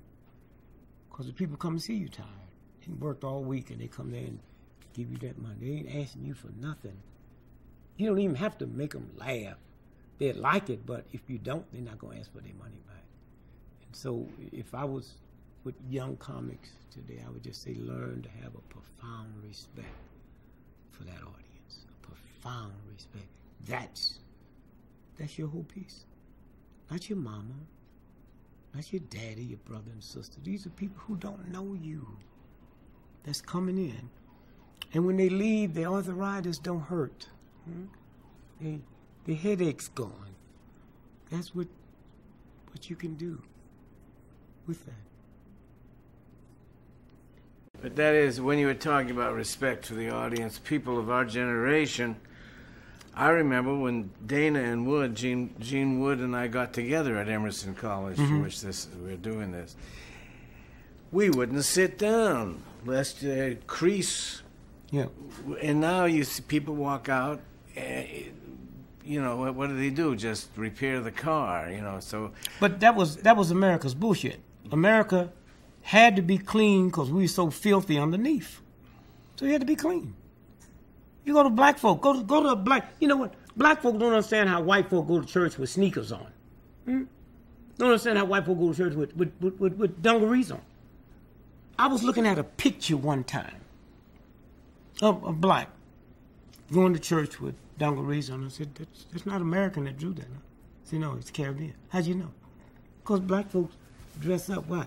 Because I got to hide this filth. You know how filthy you are when you tolerate a white racist system and let them reduce you below the dignity that God put in you just so you can pay your rent and feed your family. That's a violation. And so we're over clean. And they don't have to do that. These young white children, they started that. They came through. And they let their hair grow. And they just wore. They clean. They take showers and baths. But maybe God is telling. Let me tell you what I had a woman say to me. She said, Mr. Gregory, these youngsters, we talking about the white man doing this. They got to stop wearing their cap backwards. I say, Hitler never wore his cap crooked. Or never wore baggy pants or shoes untied. Huh? If you can look at Hitler with no emotions, be he in an army uniform or civilian clothes, he was immaculate. And maybe now God is trying to tell us through our young folks that never again will you ever judge one of my creatures from without, but from within. I know this because I have 10 children.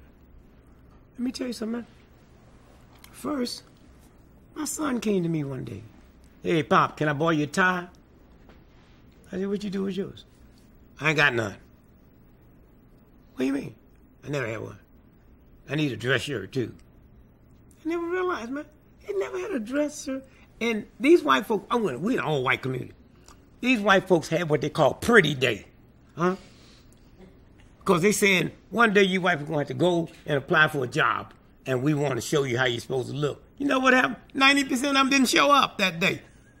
They skipped school. They don't care. And that's what being white is about. I'm free enough to tell you, go screw yourself. Huh? And the white folks held out as long as they could, and as long as they could, right? Let me tell you what I had a vice president of Golf All, Paul Sheldon, 30 years ago. We were like, and Leroy Jones, the great poet out of Newark, was getting a group together to burn their Golf All credit cards. So Paul called me. Friends, like me and you. He said, Greg, I need to talk to you. He said, Leroy Jones is getting ready to burn his golf oil credit card. Hey, Paul, stop playing game. Y'all ain't got 2 golf stations in a black neighborhood in America.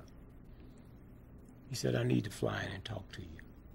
So he came from Houston to Chicago. And let me tell you what this white dude told me. He said, this movement out here is changing the conscience of young whites. Young whites. 25 years from now, we're not worried about Negroes to survive our company because it's just exploding. They're not majoring in archaeology, okay? 25 years from now, the people we're used to survive is people that can go down in the bottom of the ocean and know about archaeologists. He said, but this young white consciousness is changing so fast. If Leroy Jones boycott us, there's little white children that 25 years from now will not come and work for our company. Huh? That's where this thing is going. And you see it happening. You see it happening. I remember a friend of mine, George O'Hare, Sears and Roebuck's. He told me, he said these little white dudes would come to work and have their little hair. They'd be wigs, man. And when they leave, they go out, take their wig off, that hair flow down, they go in the back of the Sears and Roebuck and get on their motorcycle and drive away. But it's there.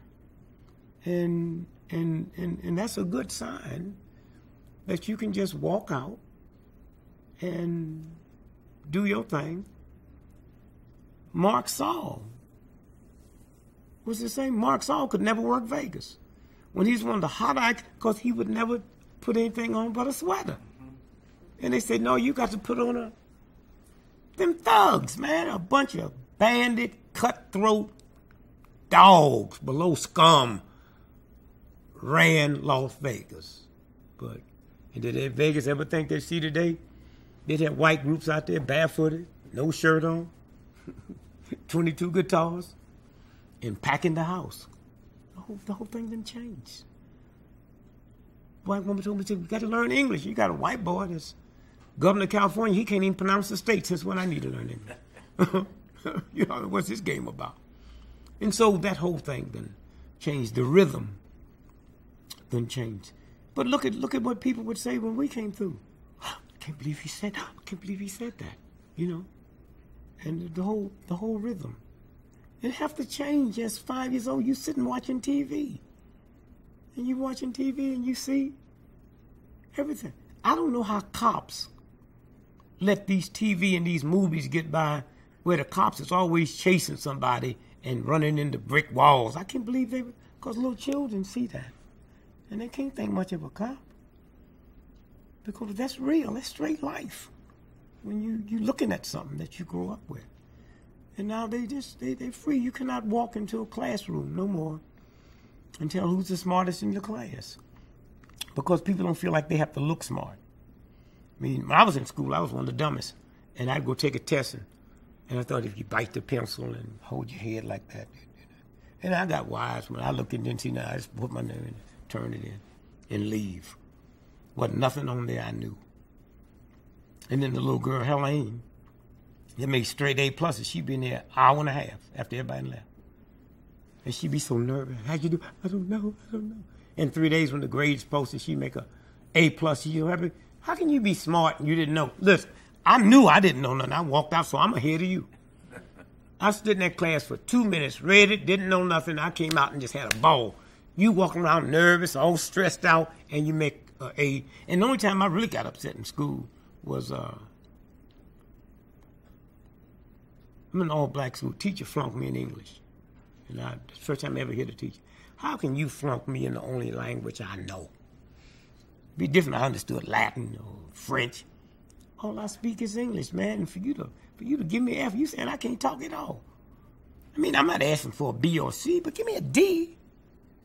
Now, he didn't know. I didn't know that I would make my living talking. He flunks me in talking.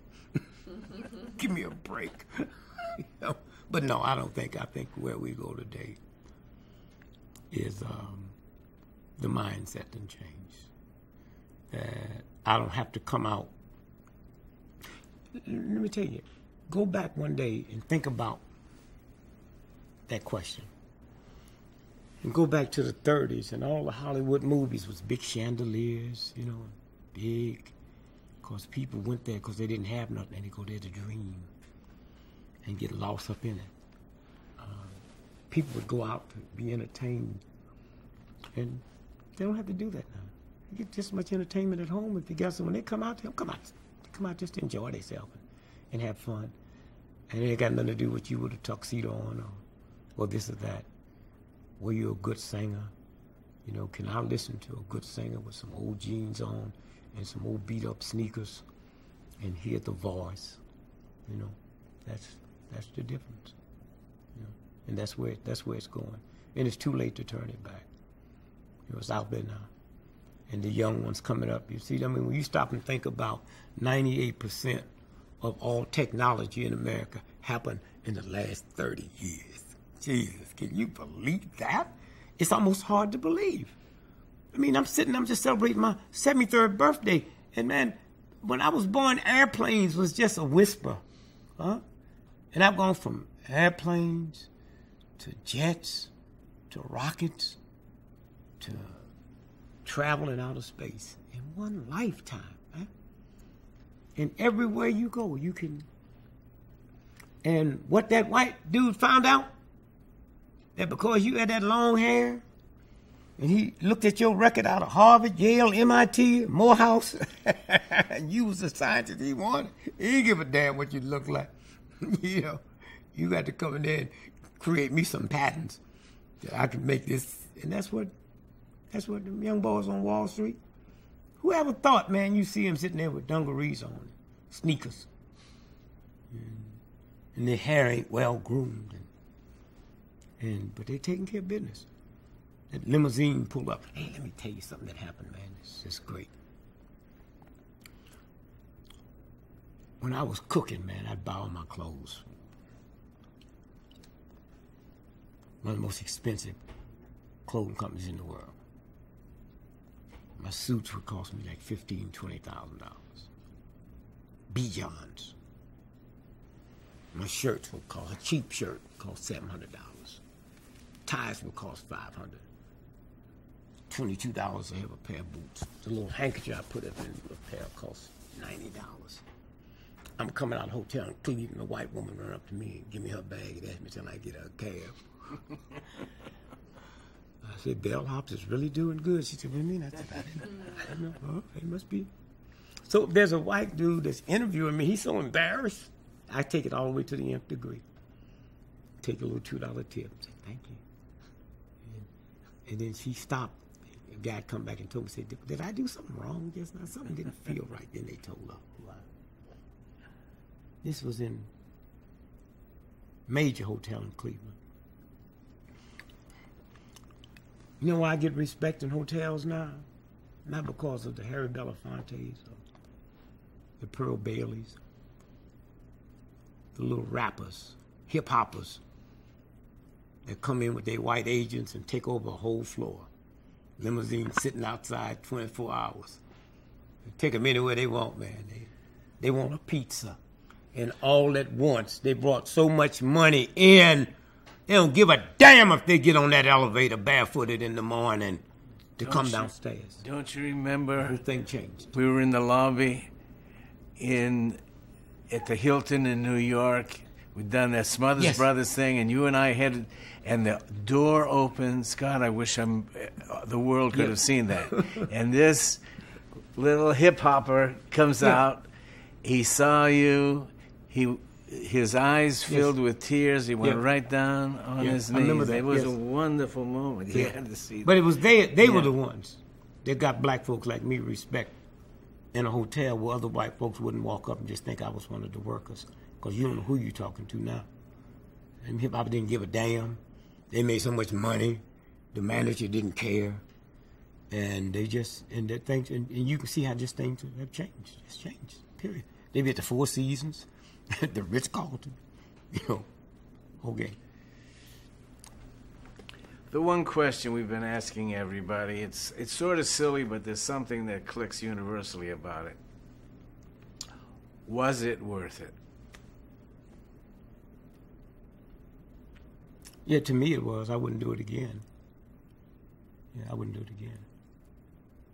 It was worth it. There was something negatively, unspiritual, ungodly thing down in front of me that it was a good substitute. But I would never.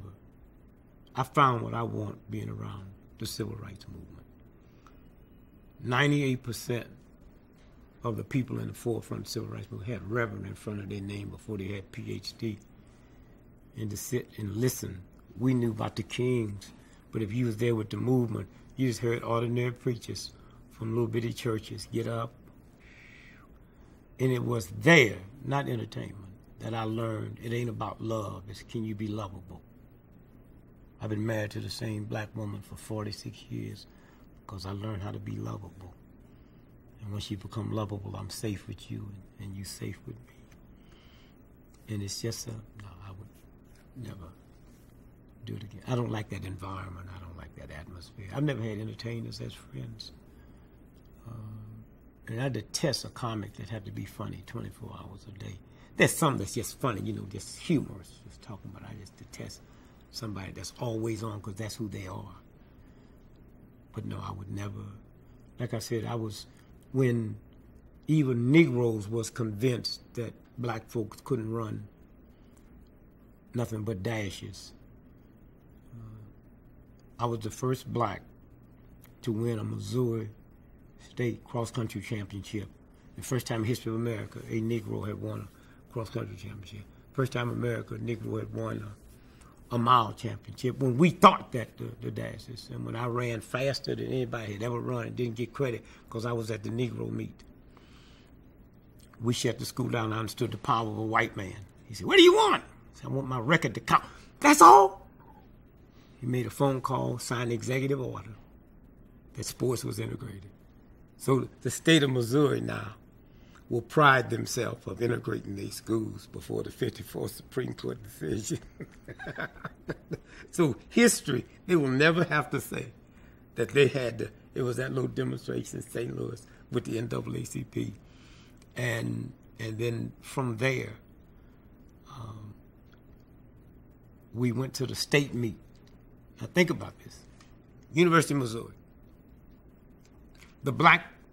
For blacks to go to was in Jefferson City, Lincoln. For whites to go to was the University of Missouri. #1 journalism school in the world, but I couldn't go there. So I went to Southern Illinois University where I could go. So last year, I go to the University of Missouri to get an honorary doctor's degree. I say, gee, have things changed? There's 20,000 people out there. Have things changed? I want to talk to you young folks. I was born in 1932. You couldn't do nothing if you was a Negro but work up here. Janitor. I say, but everything I see today that I would stand here today, y'all just witnessed it. We're a bunch of old white men with robes on, put a hood around me. So I'm one of the boys now. So you sit, but go back to, you forced them to integrate track. So now we run in the state meet. My high school, 1940, 81% of my high school teachers had PhDs. Harvard didn't have that percentage. You know why? Because a black with a PhD, where was you going to work? You wasn't going to Harvard, Yale, MIT. High school. Dr. Warren St. James had 2 doctor's degrees, one in physical fitness, physical education, and one in economics. He's in my high school. He's my cross-country coach. Reparations going to be paid one day. That's why I'm hanging around. Amen. But now, let me just say this here. So, he wanted me to prove something to white folks the next year. Now I'm running with the white boys. I would go out with my clothes on and get on the track and could run a 4:11 mile when the high school record was Ford 28. How'd I do it? Because I didn't know you wasn't supposed to do it. I'd get up in the morning at 4 o'clock on the weekends or all the summer when I wasn't in school and start running from 4 o'clock to midnight that night. And somebody would meet me, give me some water. And I'd chase streetcars. I chased streetcars from the black neighborhood all the way to the white neighborhood, and I got so good at it that people would get on the bus. They'd have me a black audience and a white audience. They'd be just cheering. But I learned how to pace myself. So now we're at the white meet, state meet. Got to qualify on Friday. We drive up from St. Louis, 140 miles. You couldn't stay in the dormitory, and you couldn't stay in the hotel. So we had to come up and qualify. They didn't drive back to St. Louis. They come back that morning. I won the mile, the half mile, the 2 miles, and anchored the mile relay. Just on my points alone, we won the state meet, not counting all the others that was there. And so now it comes time for the mile. And my coach, get even with them. My 2 damn doctor's degree. Get them! So the best miler in the state was a white boy from Cape Girardeau, Missouri. He'd run about 4:29. I slapped him on the butt. What you look like, son? He said, you ready? Is your mama, daddy here? I'm gonna let you look good today if you don't act a fool. So I laid behind him for 3 laps. The governor had invited 11 governors to see the nigger, super nigger. I'd already set the world's record last year at the black meeting, didn't get credit. I'm not going to give you white folks the pleasure again. So I won the mile, but not in world record time. My coach went crazy. I don't know where I got that from. But I didn't need to be validated. There's a universal God that knew I cleaned everybody's clock. I had to prove nothing to nobody else. And so when you ask me would I do it again, an ordinary school teacher, man, you get sick, you just take off. Show business, you go up with a sore throat, a bad leg, a bad this, a bad that. Who needs it? Let me tell you when I first realized something was wrong with that table, man. Poor folks that ain't got no money had New Year's Eve off. I didn't. I couldn't believe it. I'm working New Year's Eve, man. People with no money. So I stopped. I quit. I mean, being, oh, man, you got 10 times your pay. Not me. Man, ain't gonna be no work working on New Year's Eve. Yo, do your own thing. I'm going. And what did I do on New Year's Day? I went home, went to bed. That's the influence my mother had. See, back in the days, people would shoot their gun in there, so my mama was scared. So whatever we did, we had to be back home by 11 o'clock so you wouldn't be out there. So I raised 10 children. And New Year's, I'd always be home. I ain't go nowhere. Just some bullshit I brought from back there. So, consequently, on Easter, man, we got everything new in the Negro neighborhood. Everything. New shoes, new underwear, new everything. And I was crushed, man, when I saw my children didn't want nothing. Man, it was almost like you're offending Jesus. They didn't need nothing. You know, the whole energy had changed. And I look back at this Jesus thing. 1932, they told me 2,000 years ago, Jesus Christ was born. I was 1 year old. And now I'm 73, and they still say, 2,000 years ago, look like the only person getting old aging in this deal is me. Jesus is still 2,000. It look like he's just 2,073. Yo, but the whole thing, the whole piece and change. And just like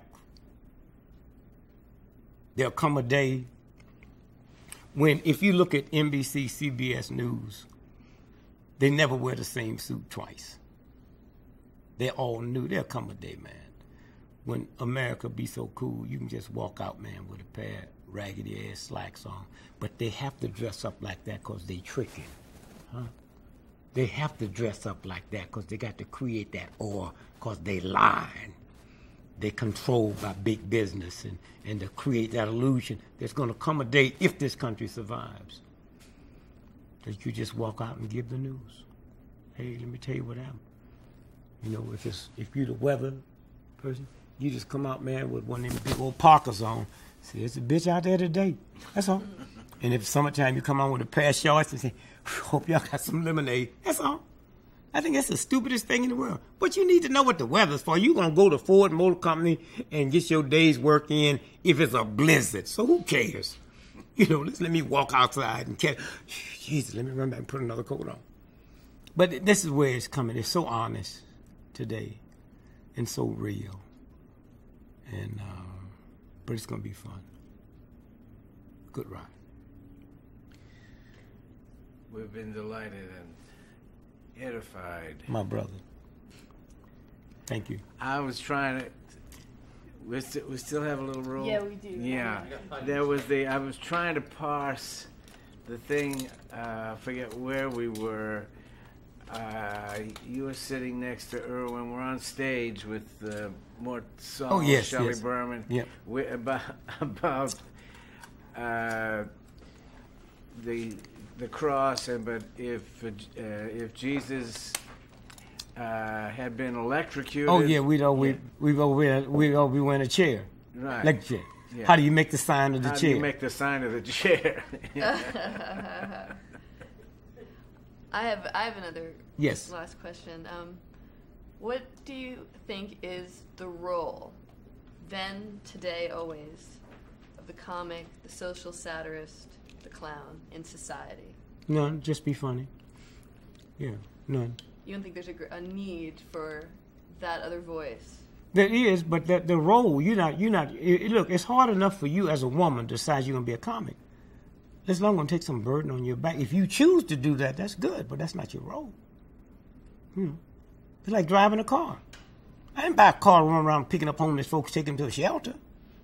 If I choose to do that, that's not my role. No, none whatsoever. Every now and then, social people come through. They wasn't planning. I mean, the stuff Marlon Brando did with the Indians, he refused to pick up his... He wasn't planning that. When you having to borrow that money from his mother, he wasn't planning on bringing a black comic in. As your thing grow, and you look around, and your antennas, and you're there. And it happens. But there's nothing other than your only obligation is to be funny.